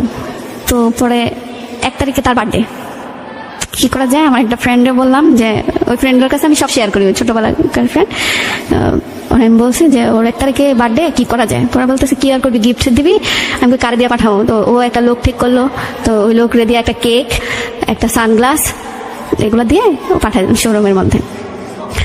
তো শোরুমের মধ্যে পাঠাই দেওয়ার পরে হচ্ছে সবাই কেন জানি সবাই আমাকে সন্দেহ করছে যে কেকটা কি তুই দিছিস, তুই পাঠাইছিস, ঠিক না? আমি বলতেছি না তো, আমি এরকম কিছু করি না, আমি কেমনে করবো? দেখছেন আমার কোনো মানে আমি কোথাও বাইরে যাই বা আমি কিছু চিনি নাকি? পরে হচ্ছে যাই হোক সন্ধ্যার সময় কেকটা আমরা কাটি। সবাইকে সে খাওয়াই দিছে, নর্মালি সবাইকে সে খাওয়াই দিছে, হাতে দিয়েছে। তো আমি যখন গেছি তার সামনে, তখন সে আমাকে কেকটা খাওয়াই দিতেছে। আমি যাতে ডস না দেয় সেজন্য আমি বাম হাতে তার হাতটা ধরে কেকটা খাইছি। তো ওইখান থেকে কেকটা খাই আসার পরে আমাকে একটা মেয়ে ধরে বলতেছে যে আপু দেখো, উনি কিন্তু ওই পাশের শোরুমের একটা মেয়ের সাথে রিলেশনে আছে, আর আমার মনে হচ্ছে কেন জানি তুমি ওনাকে পছন্দ করো। না, তো শুনলাম, আমার মনটাই ভেঙে গেল যে আসলে। তারপরে হচ্ছে আমি বার্থডে শেষ, একদিন আমি ওনাকে ফোন দিছি, মানে আমি যাবো না, ইচ্ছাকৃতভাবে যাবো না। তো বলতেছে যে কেন জান্নাত, কি হয়েছে, কেন আসবে না? বলছে আমার মন ভালো নেই। কেন? তারা বলতেছে, এতটুকু বলছি যে আমার মন ভালো নেই। সে আমাকে বলতেছে যে আচ্ছা থাক, তাহলে আসা দরকার নেই, এই আপনি এক কাজ করেন, কালকে তো বুধবার, মঙ্গলবার দিন আমি এই কথাটা ফোন দিয়ে বলছি, কালকে তো বুধবার, তাহলে আপনি একটা জায়গার নাম বললো আমার, ওর বাসার, ওখানে চলে আসেন, আমরা ফ্রেন্ড আড্ডা দিই, ভালো লাগবে আপনার। আমি অবাক হলাম, কেন আমাকে এই কথা কেন বললো, তার তো রিলেশন আছে, সে আমাকে কেন বললো। পরে আমি যাইনি, আমি ওই টাইমটায় আমি তাকে ফোন দিছি, আমি যাইনি। ফোন দেওয়ার পরে আমি বলছি, সবাই তাকে স্যার স্যার বলে, আমি ভাইয়া বলি। আমি বলছি ভাইয়া আপনি, আমি তো যাই এত দূরে যাইতে পারি না, আমি একমাত্র যমুনাই আসতে পারি, তার বাইরে আমি যাইতে পারি না। পরে বলতেছে আল্লাহ, আপনি আমাকে আগে বলবেন না, আমি আপনাকে নিয়ে আসতাম। আপনি কি আমার সাথে ফাইজলামি করেন, মানে দুষ্টামি করতেছেন? বলছে আরে না, আমারও মন ভালো নাই, আপনাকে আপনি আসলে ভালো হইতো, আমি আড্ডা দিতাম, আর আপনি আমাকে ভয় পান, আমরা একটু ফ্রি হইতে পারতাম। পরে বলতেছে যে আচ্ছা, বলতেছে আচ্ছা তাহলে আচ্ছা পরের বুধবারে। এই ফাঁকে আমি তাকে জিজ্ঞেস করছি যে আপনার মন ভালো নাই কেন ভাই? উনি আমাকে বলতে চাইলো না, ব্যাপারটা বলতে চাইলো না। তো এতদিনে আমি হচ্ছে শোরুমের উদ্বোধন, উদ্বোধন না, 1 বছর পূর্তি হয়েছে। তো ওই অনুষ্ঠানের দিন আমি একদম একটা মেয়ের কাছে পুরোপুরি ধরা খেয়ে গেছি। ধরা খেয়ে যাওয়ার পরেই মেয়েটা বুঝতে পারছে যে আমি ওনাকে পছন্দ করি। পরে বলতেছে ঠিক আছে থাকো ওনার সাথে, সমস্যা নাই, ওনার যে রিলেশনটা ছিল ব্রেকআপ আছে এখন। পরে আমি তো দিলাম একটা নাচ, তাহলে তো ভালোই, কিন্তু আমার যে বিয়ে হয়েছে, বেবি আছে, এগুলো কিন্তু আমাদের শোরুমে কেউ জানে না। তো এর মধ্যে আবার বাসা থেকেও আমার একটু প্রবলেম হইতেছে, যে বুঝা ফেলাইছে যে আমি আসলে কিছু একটা করি। তারা ভাবছে যে আমি স্কুল করে পার্ট টাইম কিছু করি, কিন্তু আমার পড়ালেখা মাথায় কিচ্ছু নাই। তো এখন আমি নানু বাসায় থাকি, ছোট খালা বলতেছে না এইসব চলবে না, এই বাহিরে যাওয়া টাওয়া এগুলা চলবে না। আর আমার নানু বলতেছে যা কত কিছু চিনে না, আমার মনটা তো ভালো থাকবে, সারাদিন গম্ভীর বসে থাকে। নানির সাপোর্টে আমি জবটা আরো 2 মাস করতে পারছি। 2 মাস মানে 2 মাস আগে তো উনিও জেনে গেছে যে আমি আসলে তাকে ভালোবাসি, তো সেও আমাকে ভালোবাসে এখন। তো সে আমার কাছে একদিন মানে রোজা চলে আসতেছে, তখন আমি কি করলাম যে জবটা ছেড়ে দিলাম। এটা কত সালের কথা বলছেন? এটা 16 কথা বলছেন? 16 লাস্টে। আচ্ছা তারপর? তো 16 না সরি 17। আচ্ছা ঠিক আছে, তারপর আমি জবটা ছেড়ে দিলাম, ছাড়তেই হয়েছে জবটা। হ্যাঁ, কিন্তু আমি জবটা ছাড়তে চাই না, মানে ছাড়তেই হবে, আমার পরীক্ষা দিতে হবে। আমি তো পড়ালেখা কিচ্ছু করি না, আমি কি পরীক্ষা দিব? টেস্ট পরীক্ষা দিছি, টেস্ট পরীক্ষা দেওয়ার পরে আমি 6 সাবজেক্টে ফেল। আমি কিছু পড়িই নাই, আমি কি লিখবো? 6 সাবজেক্টে ফেল করার পরে যাই হোক, সবাই ভাবছে কি যে ওই যে আমার যে দিনগুলা গেল ওগুলার চাপে আমি আসলে পারতেছি না। তো আমাকে আবার ফাইনাল দেওয়ার জন্য ওরা করে দিছে। আমি ফাইনাল পরীক্ষা দেই নাই, তখন আমাকে চাকরি থেকে ছাড়াই আনছে। তো ফাইনাল পরীক্ষা আমি দেই নাই। আমি যখন পরীক্ষার টাইম, তখন হচ্ছে আমি ওই মানে আমার বাসার রাস্তা দিয়ে আমার স্কুলে যাইতে হয়, ওই দিক দিয়ে আবার এই ঘুরে আবার যমুনায় আসা যায়। তো আমি সবাইকে দেখে ওই দিক দিয়ে আমি হচ্ছে বাসা থেকে একটা অটো ঠিক করে দিচ্ছি যে আমাকে প্রতিদিন দিয়ে আসবে। হ্যাঁ, আর আসার টাইমে আমি আমাদের এখানকার লোকদের সাথে চলে আসবো। তো আমার ফাইনাল পরীক্ষার সেট পড়ছিল হচ্ছে মানে এয়ারপোর্টের দিকে। ওখান থেকে তো যমুনায় আসতে অনেক সহজ, একটু বাসে ওঠাও শিখছি জব করে। তো ওইখান থেকে আমি বাসে উঠে যমুনায় চলে আসতাম। যমুনায় চলে আসতো। তার মধ্যে আবার আমার বাসা থেকে ওই জব ছাড়ানোর সময় আছে, আমার বাসা থেকে আমার ছোট খালা আর মা ওরে দেখে ওনাদের ভালো লাগে নাই, মানে ওনার মনে হয়েছে যে ছেলেটা ভালো না। আমি জানতাম না তারা জানে কিনা যে ওই ছেলেটাই এই ছেলেটা কিনা তারা জানে কিনা আমি জানতাম না। তো তারা দেখতে গেছে আমার একটা খালাতো বোনের মাধ্যমে। তো তাদের কাছে মনে হয়েছে ছেলেটা মূলত কথা বলতে গেছে আমার ব্যাপারে, কিন্তু ছেলেদেরটা ভালো না। তো ওরে ধমকি টমকি ফোনেও দিয়েছে যে আসলে তুমি কি ফটকামি করো না কি, এগুলা ছাইড়া দাও, তোমার চাকরি যাইতে পারে, তুমি হচ্ছে ইগনোর করতে পারো না, তুমি তো পারো সবকিছু করতে, ও চাইতেই পারে, তুমি না করো ওরে। তো ওই পরীক্ষা চলাকালীন আমি ওনার কাছে গেছি। তো উনি আমাকে ফুল অ্যান্ড ফাইনালি সুন্দর করে বলছে, দেখেন আপনি করে বলতেছে, দেখেন জান্নাত, আপনার সাথে আমার কোনো কিছুই সম্ভব না। আমার যে গার্লফ্রেন্ড সে চলে আসছে আমার লাইফে, আমি ওকেই বিয়ে করবো, ওর বাবা নাই, আর ওর সাথে আমার রিলেশনটা অনেক দূর চলে গেছে। পরে আমি বলছি আচ্ছা তাহলে একটা শর্তে। পরে বলতেছে কি শর্ত? আমি বলতেছি যে আপনারা যে হচ্ছে ঘুরতে যাবেন, ওনারা যে আবার ঘুরতে যাবে সেটা আমাকে আগেই বলছে, তো আমাকে নিয়ে যাবেন। আমি ঢাকার বাইরে কখনো কোথাও দূরে যাই নাই, নিয়ে যাবেন। হ্যাঁ, যে কদিন থাকেন আমাকে নিয়ে যাবেন। মানে অনেক ফোর্স করার পর, আর উনিও ভয় পাইছে যে বাসা থেকে ঝামেলা করতেছে, আবার ওনার রিলেশনটাও ঠিক হয়ে গেছে, তো উনি রাজি হয়ে গেছে। যে আচ্ছা জান্নাত আপনাকে আমি নিয়ে যাব, আপনি চলেন। এক্স্যাক্টলি এই জায়গাটা একটু আমি জানতে চাই, মানে কি আপনি কি বললেন ওনাকে, ওনাকে কি কন্ডিশন দিয়েছেন? ওনারা ঘুরতে যাবে ঢাকার বাইরে, কক্সবাজার। ওনারা বলতে কারা? উনি ওনার কলিগরা। ওনার কলিগরা ঘুরতে যাবে বাইরে? হ্যাঁ হ্যাঁ আচ্ছা, সেখানে আপনি ওদের সাথে যাবেন? হ্যাঁ যাবো। এইটা কেন বলেছেন বেসিক্যালি? ওনাকে ভুলে যাব সেজন্য। ওনাকে ভুলে যাওয়ার জন্য? হ্যাঁ। আবার ওনার সাথে আপনি ঢাকার বাইরে যেতে যাচ্ছেন? হ্যাঁ। ওকে। আমি কেন ওই মুহূর্তে এই ডিসিশনটা নিচ্ছি আমি জানি না। ওকে। তো আমি বলছি আচ্ছা যাবো। পরে বলতেছে তাহলে আমার কাছে কিন্তু টাকা নাই যে আপনার খরচ বহন করব, আমাকে এটাও সে বলে দিয়েছে। আর বলছে যে ওই কক্সবাজার থেকে আইসা যে আমরা গাড়িতে নামবো, দুজন তো দুই দিকে যাব, আপনি আমার ফোন নাম্বার ভুলে যাবেন, আমি আপনার জন্য আমার সিমটাই চেঞ্জ করে ফেলবো। হ্যাঁ। আর আমি ওইখানে থাকাকালীন, জব করাকালীন আমি একটা ফোন কিনে নিয়েছিলাম, ফোন ছিল না আমার। আমি বলছি আচ্ছা আমি রাজি। তো এখন যে ঘুরতে যাওয়ার ডেটটা আসছে, এক সপ্তাহ আগে সে আমাকে বলতেছিল যে আসলে আমি অনেক কথা বলতেছি না, কারণ উনি এখন বিবাহিত। হ্যাঁ হ্যাঁ বলেন, ওনার নাম বাদ দিয়ে আপনি বাকি সবকিছু বলতে পারেন। উনি তো মানে বুঝে যাবে হয়তো। উনি বুঝলে তো সমস্যা নেই। মানে উনি না, ওনার ওয়াইফ হয়তো বুঝে যাবে যদি আমি ডিটেলস সব, আপনি যতটুকু সম্ভব আমাদের, আমি যতটুকু আমার সাবজেক্ট আমি অতটুকুই বলতেছি। জি। তো উনি আমাকে বলতেছিল যে আমার তো বাবা অসুস্থ, আর হচ্ছে আমার কিছু টাকা লাগবে। সে আমাকে বলতেছিল ফোন করে যে আমরা যে ঘুরতে যাবো তার এক সপ্তাহ আগে আমার কিছু টাকা লাগবে জান্নাত, আপনি আমাকে একটু যদি পারেন না আমাকে হেল্প করে দেন। তো আমি বলছি কত টাকা লাগবে? সে বলছে যে 6,000।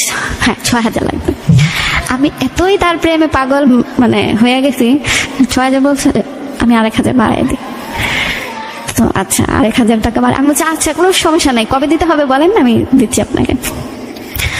তারপরে উনি একটা ডেট দিল, উনি আমাকে সন্ধ্যায় ফোন করছে, 9টায় ওনাকে টাকাটা দিতে হবে। হ্যাঁ। পরে আমি বলছি আচ্ছা সমস্যা নেই, দিয়ে দেবো। পরে উনি বলতেছে তাহলে এই যে যেই নাম্বারে আপনাকে ফোন দিছি ওটাই আমার বিকাশ। আমার বিকাশে দিব না তো, আমি আইসা আপনার হাতে হাতে দেবো।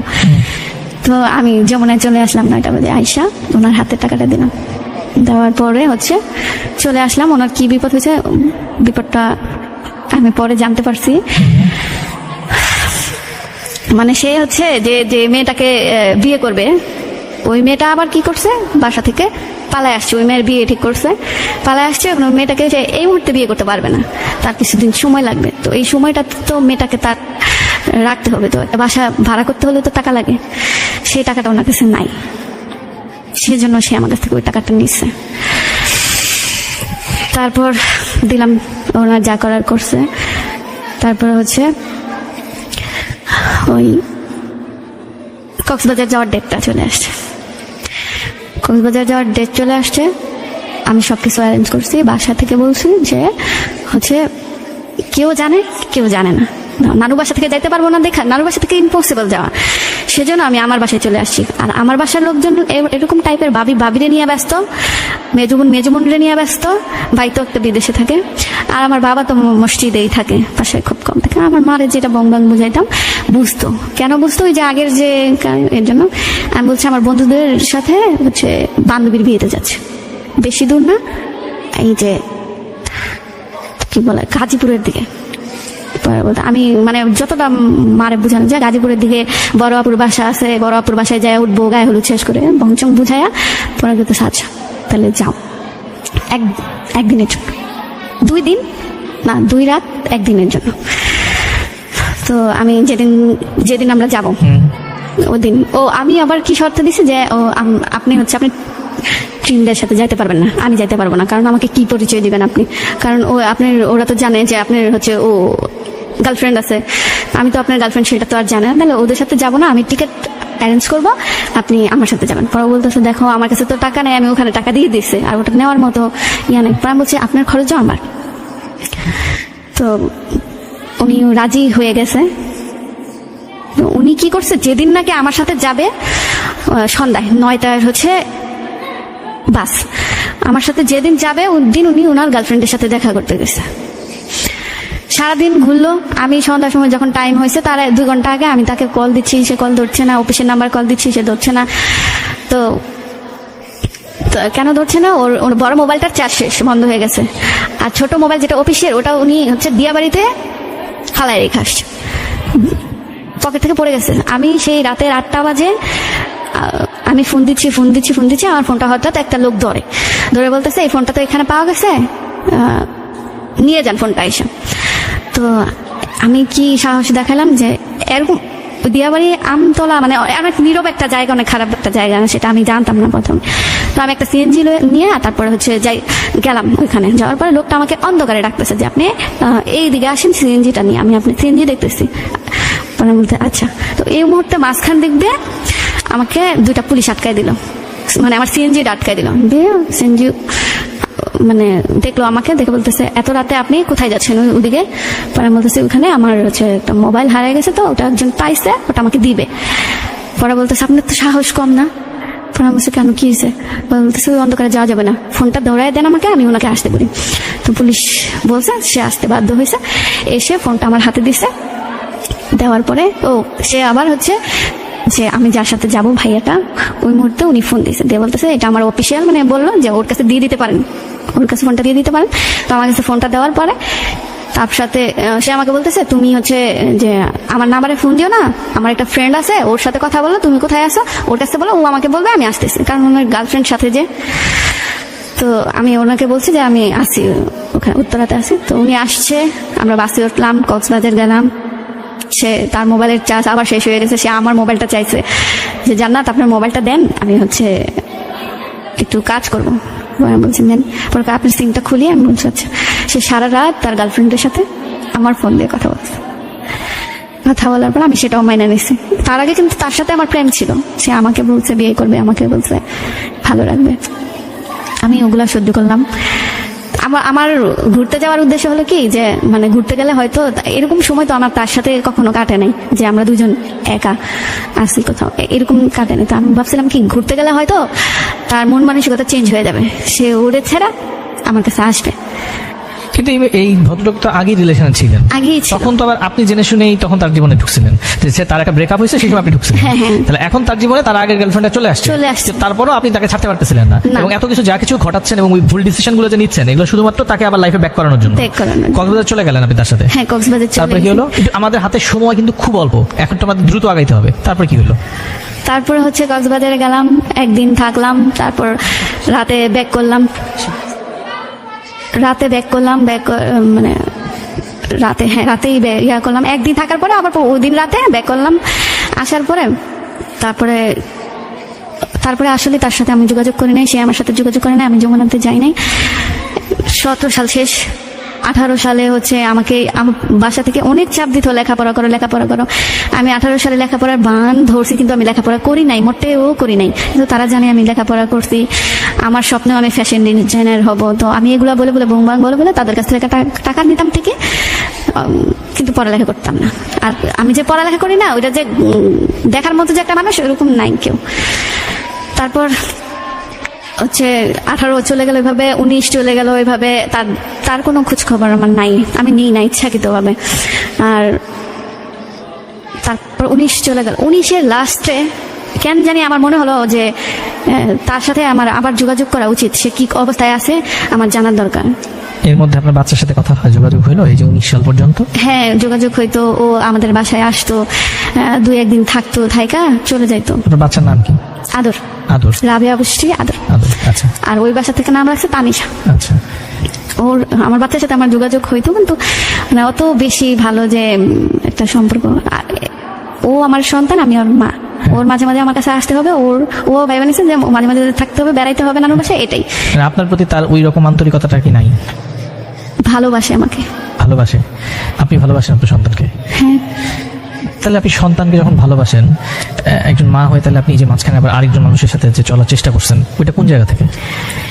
এটা আসলে রাগ জিদ, তারপরে হচ্ছে আমার মনে হইতো যে আমার ভালো থাকতে হবে। আমার শুরু থেকে আমার ভালো থাকা হয় নাই, আমি ভালো থাকি নাই। আমার ভালো থাকতে হবে, কাউকে নিয়ে ভালো থাকতে হবে, কারণ আর ফ্যামিলির সাথে যে থাকি, ওর শুধু নেগেটিভ মাইন্ড, কোনো কিছুতে ভালো মাইন্ড নাই। মানে তাদের দিক থেকে তারা ঠিক আছে, কিন্তু তারপরেও আমাকে তাদের বুঝতে হবে যে আমার এরকম হয়ে গেছে, তাহলে আমার একটা সাপোর্ট। ঠিক আছে, আমাদের হাতে যেহেতু আর 20 মিনিট আছে, আমরা আগায় যাই। তারপরে 2019 সালে আপনার হঠাৎ করে মনে হলো তার সাথে আপনার যোগাযোগ করা দরকার। তারপরে কি করলেন? তারপরে যোগাযোগ করলাম, তখন সে যে বিবাহিত আমাকে বলে নাই সে বিবাহিত। তো তার সাথে আবার সম্পর্ক রানিং, সে আমাকে বিয়ে করবে, আবার সেই স্বপ্ন দেখাচ্ছে যে আমাকে বিয়ে করবে। তো 20-এর লাস্ট 19 লাস্ট তো শেষ, স্বপ্ন দেখাইছে, ঘোরাফেরা, খাওয়া দাওয়া, এগুলাই। না আপনি মানে সে বিবাহিত বলে নাই বলতে, মানে 19 সালে যখন আপনি আবার তার সাথে যোগাযোগ করছেন এর মধ্যে যে সে বিয়ে করছে এটা বলেন? না না বলে নাই, সে বুঝাইতে চাইছে তোমাকেই আমি খুঁজতেছিলাম, কই ছিল এতদিন। আর ওর গার্লফ্রেন্ডের কথা যখন জিজ্ঞেস করতেন? না আমি জিজ্ঞেস করিনি। ও জিজ্ঞেস করি না করার মধ্যে কারণ আছে, আমি যখন যমুনায় গেছি আমার যখন কলিগ ছিল, ওই কলিগ আমাকে একটা গল্প শুনেছে যে ওই মেয়ে তো অন্য ছেলের সাথে চলে গেছিল, তো আমি তো ভাবছি চলেই গেছে, আচ্ছা। এর মধ্যে যে কিন্তু ছিল আমি জানি না। আচ্ছা তো ওই ঘোরাফেরা খাওয়া দাওয়া, তো বিশে যায় হচ্ছে তারই আপন ফ্রেন্ড আমাকে ছবি দিছে তাদের বিয়ে। আমি তো ছবি দেখে মাথা খারাপ হয়ে গেছে, যে তারপরে তাকে প্রশ্ন করলাম, পরে বলতেছে যে দেখো আমি একটা বিয়ে করছি, ঠিক আছে, কিন্তু আমি তোমাকেও বিয়ে করবো। আচ্ছা। আমাকেও বিয়ে করবে বলছে। তো আমি এই জিনিসটা মানতে পারি না, মানে আমি হচ্ছে মানে কান্নাকাটি, মানে যেগুলা করে আর কি, ওগুলা শুরু করলাম। তো আমার এখন আবার মাথার মধ্যে বুঝ চাপলো যে আমার তাকে দেখাই দিতে হবে, আমি জব করব, তার ছোট ভাইয়ের সাথে রিলেশন করবো। তার ছোট ভাই সাথে? আচ্ছা। তার ছোট ভাই একটা শপে জব করে, তার অপোজিটে আমি জব নিয়েছি। মানে আমার ওই যে শুরুতে যে কোম্পানিতে জব করছি সেও করছে, সেইটাতে আমি আবার জয়েন করছি, সে অন্য কোম্পানিতে একটা ভালো লেভেলে চলে গেছে। তো এখন হচ্ছে ওই ছোট ভাইয়ের সাথে রিলেশন করবো, ছোট ভাই সে অনেক রাগ আমার সাথে যে কেন আমি জব নিছি, আমাকে সে বিয়ে করবে। আমি তাকে, সে তারপরেও আমাকে বাজে বাজে কিছু প্রস্তাব করে, সেগুলো আমি রাজি হই না। তো রাজি হয় না দেখে আমি জব নিছি, জব নিয়ে তার ছোট ভাইকে বিয়ে করবো, এরকম একটা মেন্টালিটি ছিল। তো ছোট ভাইকে ইশারা করতে করতে গিয়ে ওই শোরুমের ম্যানেজারের সাথে আমার হচ্ছে, আমি দিতাম ইশারা একজনকে, ও ভাবতে ওরে দিতাম। তো ওই শোরুমের মেয়েরাও বলতো যে ভাই আপনাকে দেখে তো ওই মেয়েটা হাসে, এই করে সে করে। তো ওই শোরুমের একটা ট্রি বয় আমার কাছে আসে বলতেছে আপনি ওদিকে তাকে হাসেন কেন? আমি বলতে কই হাসি আনতে যে। পরে আমার একটা কলিগ পাশ দিয়ে আসলো, আসা বলতেছে যে যে শোনো পরে বলতেছে যে ও আমি না, মানে আমার কলিগটা ওই ছেলেটাকে মূলত ওই পাঠানো হয়েছে আমার সাথে কথা বলার জন্য, আমার ডিটেলস জানার জন্য ওই ম্যানেজার পাঠাইছে।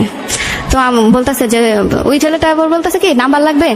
পরে আমার কলিগ বলতেছে হ্যাঁ লাগবে, তো লম্বুটার নাম্বার লাগবে। আর আমি বলছি আমার ওই খাটোটার নাম্বার লাগবে, মানে আমরা দুষ্টামি করতেছি। তো ওই যে ছেলেটা কি করলো, ওই লম্বু মানে ম্যানেজারের নাম্বারটা আনে দিয়ে বলছে যে নাম্বারটা। পরে আমি বলছি এই নাম্বার তো আমার দরকার নেই, আমি আমার কলিগকে দিয়ে দিচ্ছি। তো কলিগ কি করছে, ওর সাথে 2 দিন কথা বলছে। ওই ছেলেটা ভাবছে আমাকে ভেবেই কথা বলছে। তো ছেলেটা যখন জানতে পারছে যে মেয়েটা আমি না, অন্য কারোর সাথে কথা বলতেছে, তখন ও কি করলো, ওই কলিগের কাছ থেকে আমার নাম্বারটা নিল। নেওয়ার পরে তো আমি প্রথমে পাত্তাই দিই না, কারণ আমার টার্গেট অন্য কেউ, তো পাত্তাই দেই না। পরে বলতেছে যে আমাকে ইমোশনাল কিছু কথা বলে দেখো, আমার ফ্যামিলি এরকম, ওই সেই আমার একটা ভালো বন্ধু লাগবে, তোমার মনে হয় ভালো বন্ধু লাগবে, আসলে তোমার ভিতরে খুব কষ্ট চলতেছে, মানে এরকম আমাদের মধ্যে একদিন রাতে কথা হয়েছে। পরে বলতেছে তুমি অফ ডেতে কি করো, আমাকে জিজ্ঞেস করতেছে। আমি বলছি আমি অফ ডেতে দেখি কে ঘুরতে যায়, মানে আমার পরিচিত যারা আছে তারা কে ঘুরতে যান তাদের সাথে ঘুরতে যান, না তাহলে আমি একা একা রেল স্টেশন যেয়ে বসে থাকি। আসলে আমি রেল স্টেশন দিয়ে বসে থাকি বা রেল দিয়ে ঘুরি, ট্রেন দিয়ে ঘুরি বলতে ট্রেনে উঠে থাকি, ট্রেনটা যেখানে যায় থামে নামা যায়, আবার দ্বিতীয় ট্রেন দিয়ে চলে আসি, এরকম কাউরে নেই না, কেউ যদি যাইতে যায় তাহলে নেই। তো বলতেছে আরে তুমি তো তাহলে আমার সাথেই ঘুরতে পারো, আমিও তো অফ ডেতে বাইক নিয়ে যেখানে খুশি সেখানে আমি চলে যাই। পরে আমি বলছি আচ্ছা, আমি চিন্তা করলাম যে আচ্ছা ঠিক আছে, এটা ওর সাথেও যদি আমি কথা বলি রিলেশন করে, তাহলে ওইটাও ওর দেখে চলবে। তো এটা ভেবে আমি ওর সাথে আমি কথা বলা শুরু করি। কথা বলার 1 মাস পর হচ্ছে যে আমি ওরে বললাম যে আমি হচ্ছে ড্রিঙ্কস করবো। ও আমাকে বলছে কেন করবা? আমি হচ্ছে ড্রিঙ্কস করে আমার যে বয়ফ্রেন্ডটা আছে ওরে আমি ইচ্ছা মতো বকবো, আমি ওরে বকতে পারি না, কখনো বোকা দিই না, কখনো খারাপও বলি না। পরে আচ্ছা তাহলে তোমাকে আমি খাওয়াবো। আমি বলছি তোমার খাওয়াইতে হবে না, আমি নিয়ে আসবো, তুমি শুধু খাওয়ার জায়গাটা ঠিক করবা। পরে বলছে আচ্ছা। তো ওই ছেলেটা ভাবতে পারে না যে আমি খাবো আসলেই। তো আমি ওইটা নিয়ে আমি আসছি, আসার পরে একটা জায়গায় আসছি, মানে ছেলেদের এলাকায় আসছি। তো ওখানে নৌকার মতো একটা বড় কিছু আছে, ওটা ও নিতে চাই নাই, জোর করে আমি নেওয়াইছি। নেওয়ার পরে আমি ওইখানে হচ্ছে আমি খাইছি, খাওয়ার পরে আমি কান্না করতেছি আর আমার ফোনটা খুঁজতেছি। তো ফোনটা দিছে আমার হাতে, লকটা খুলে আমার মোবাইলে আরিফ ভাইয়া লেখা আছে, নাম্বারটা তো ও অবশ্যই চিনে, ওর যে মতো চিনবে। ফোন দিয়ে ইচ্ছা মতো বকছে, আর ও জেনে গেছে যে আমার রিলেশন কার সাথে ছিল। জেনে যাওয়ার পরে ও একটা সুযোগ নিল যে ও আচ্ছা উনি তো বিবাহিত, ওনার তো একটা বেবি আছে, যে ভুলে যাওয়াই বেটার, যা হয়েছে আল্লাহ দেখে নেবে, তুমি ভুলে যাও, আমরা বন্ধু বান্ধব আছি, আমরা চিল করবো। পরে পরে বলতেছে যে আচ্ছা, আমি বলছি আচ্ছা সমস্যা নেই, আমি ওর সাথে ও সেদিন আবার হচ্ছে রাতে সকালবেলা ও আমাকে দিয়ে আসছে, ওর মাকে ফোন দিছে, দিয়ে আমি অনেক অসুস্থ হয়ে গেছি। তো ওই যে ওইটা খাওয়ার পরে আর কি, পরে এখন ওর মা বাসায় জায়গা দিবে না, তো ওর একটা বোনের বাসায় নিছে, নেওয়ার পরে মরিচ টরিচ কি হাবি যাবি, পরে আমি জানতে পারছি খায় আমার সেন্স ঠিক করে আমার বাসায় দিয়ে আসছে। বাসা থেকে ঘুম থেকে উঠে আমি হচ্ছে কাজে যাব, বুধবার দিনে কাজ করছি, বৃহস্পতিবার দিন আবার কাজে যাব, জবটা আমার কন্টিনিউ করবো আর কি। তো কাজে যাব, আমি হচ্ছে ওয়াশরুম থেকে এসে আয়নায় দেখি যে আমার হচ্ছে শরীরে স্পট আছে। আমি সাথে সাথে ওকে ফোন দিলাম যে এটা কি, পরে আসলে এটা আসলে তুমি যেটা মিন করতেছো সেটা না, মানে বংচং আমার বুঝাইলাম। আমি বলছি আচ্ছা থাক, তখন আমার কোনো জ্ঞান বা বুঝতেও ইচ্ছা করে না, মানে সহজভাবে বুঝতে ইচ্ছা করে না কোনো কিছু। আমি বলছি আচ্ছা যা হয়েছে হয়েছে, আমারই দোষ ছিল, আমি আমারই দোষ মনে করে নিয়েছি। তো তারপরেও ওর সাথে আমি আবার কথা বলি, তারপরেও আমি ওর সাথে আবারও কথা বলা শুরু করি, বাদ দিই না যে আসলে ওর সাথে কথা বললে বিপদে পড়ে যাবো বা কিছু একটা। কথা বলি, তো ওর সাথে আমার খালাতো বোনের পরিচয় করে দিই। তারপরে হচ্ছে আমরা আবার ঘুরতে যাওয়ার ডিসিশন নেই, ওটা হচ্ছে টিম একটা, সবাই মিলে তো সাজেক যাব। তো ওরে বলার পর, ওরে নেওয়ার কথা না, কিন্তু ও শোনার পরে পাগলামি করতেছে, না আমাকে নিয়ে যাও, আমি যাবো, আমি কার সাথে যাব, তোমার সাথে যাব, তোমার একটা ব্যাগ টানার জন্য তো মানুষ লাগে, এই সেগুলো বলতেছে। পরে আমি বললাম আমার বোনের সাথে কথা বলতেছে নিয়ে নিয়ে নিলাম, ঘুরতে গেলাম। মানে ওইখানে যায় আমার এত টেক কেয়ার করছে সে আমার বয়ফ্রেন্ড হওয়ার, মানে আমার লাইফ পার্টনার হওয়ার যোগ্য। এর মধ্যে সে আমার প্রেমের হিস্টোরি তো জানছেই, তারপরে আবার জেনে গেছে যে আমার একটা বিয়ে হয়েছে, আমার একটা বেবিও আছে। বেবিটার বয়স এখন, এটা কিন্তু আমি যেই কথা বলতেছি সেটা হচ্ছে 21 মার্চের কাহিনী। তো তার সাথে আমার ডিসেম্বর থেকে কথা হইতো, আর ডিসেম্বর থেকে কথা হইতো, ফেব্রুয়ারিতে তাকে নিয়ে ঘুরতে যাওয়ার ডিসিশন হয়ে গেল। একা না, আমার খালাতো বোন আরো তার বন্ধু বান্ধব এরা। তো আমি অফিস থেকে ছুটি নিয়ে নিই 4 দিনের, উনিও নেওয়ার পরে আমরা যাই। উনি কিন্তু জেনে গেছে আমার 8 বছর, আমার যে বেবিটা বয়স এখন 8 বছর। তো উনি এটাও জানে, তার কোনো সমস্যা নেই। সে ওখানে যেয়ে আমার অনেক টেক কেয়ার করার পরে যেদিন আমরা টাকা ব্যাক করবো, সেদিন সে আমাকে বলে যে সে আমাকে বিয়ে করতে চায়। আমি বলছি আচ্ছা, আমি কিন্তু মোটেও বিয়ে টিয়ে রাজি না, যতদিন আমি এখানে জব করবো তুমি আসো, তারপরে আমি একটু বাসায় যাবো। বাসায় চলে গেলে আমি বাসার আয়ত্তে, আমার ফ্যামিলি, আমার ছোট খালা, বিশেষ করে আমার ছোট খালা যা বলবে আমি তাই শুনবো, কয়দিন আর জবটা করবোই। তো আমি বলছি আচ্ছা হ্যাঁ রাজি, এই সেই বলে আমি চলে আসছি। তার সাথে কন্টিনিউ কথা, সে আমাকে প্রতিদিন, রিলেশন হওয়ার আগেও প্রতিদিন আমার বাসায় দিয়ে আসতো, আমার ব্যাগটা তার হাতে থাকতো, আবার আমার বাসা থেকে আমাকে সে নিয়ে আসতো, যমুনাতে নিয়ে আসতো। তো তার জন্য আমার তখন কোনো ফিলিংস ছিল না যে বিয়ে করবো, কিন্তু সে আমার থেকে 1 বছরের ছোট। আমার এরকম কোনো ইচ্ছাই ছিল না। সবসময় সে তার ফ্যামিলির কথা বলতো যে আমার মা তোমার মতন, কিন্তু তুমি তো ও তো নিয়ে গেছে, আর আমার মা আমাকে দেয়নি, কিন্তু কুত্তা বিড়ালের মতো আমাকে হচ্ছে সে মানুষ করছে, মানুষের কাছে দিয়ে সে বিদেশে গেছে, আমি রাস্তায় রুটি খাইছি টুকায়া, এই সেই এগুলো বলতেছে যে আমি পড়াশোনা করছি, আমি আজকে এই জায়গায় আমার নানুর কারণে, বুঝছো, মানে অনেক ইমোশনাল কথা বলতো, কান্নাকাটি করতো। তো একসময় যখন মার্চে ওর একটা ফ্রেন্ড বিয়ে করছে, এইভাবেই যেভাবে আমাকে ও প্রস্তাব দিছে ওইভাবে, মানে ফ্যামিলিকে না জানায়, 2 ফ্যামিলি জানে না, বিয়ে করে থাকবে। ওই ছেলের বড় ভাই যখন বিয়ে করবে তখন হচ্ছে ওই মেয়েটাকে নিবে। তো এটা বলে ওরা বিয়ে করছে। ওদের বিয়ের 2 মাস পরে সে আমাকে চাপ দিচ্ছে, চলো আমরাও ওইভাবে বিয়ে করি, ওরা তো সুখী আছে, তো আমরাও চলো বিয়ে করি। এর মাঝখানে হচ্ছে রোজার ঈদের আগে আমার বাসা থেকে বিয়ে ঠিক করছে, চাকরি বাকরি ছেড়ে দেবো সবকিছু, বাসা থেকে বিয়ে ঠিক করছে, আমি রাজি। আমার বাবা হুজুরের সাথে আমার বিয়ে ঠিক করছে। তো আমিও চাইতাম যে আমি হচ্ছে যে হয় একেবারে ভালো হয়ে যাব, ভালোভাবে আমার জীবনটা কাটবে কারোর সাথে, না হয় যেভাবেই যাবে। তো আমার বাবা যখন আমার বিয়ে ঠিক করছে একটা হুজুরের সাথে, আমি রাজি হয়ে গেছি। আমার বাবা হুজুর, সেও তো আমার হুজুরের সাথে দিতে চেষ্টা করবে। তো আমি রাজি হয়ে গেছি বিয়েতে, তাকে জানাইছি।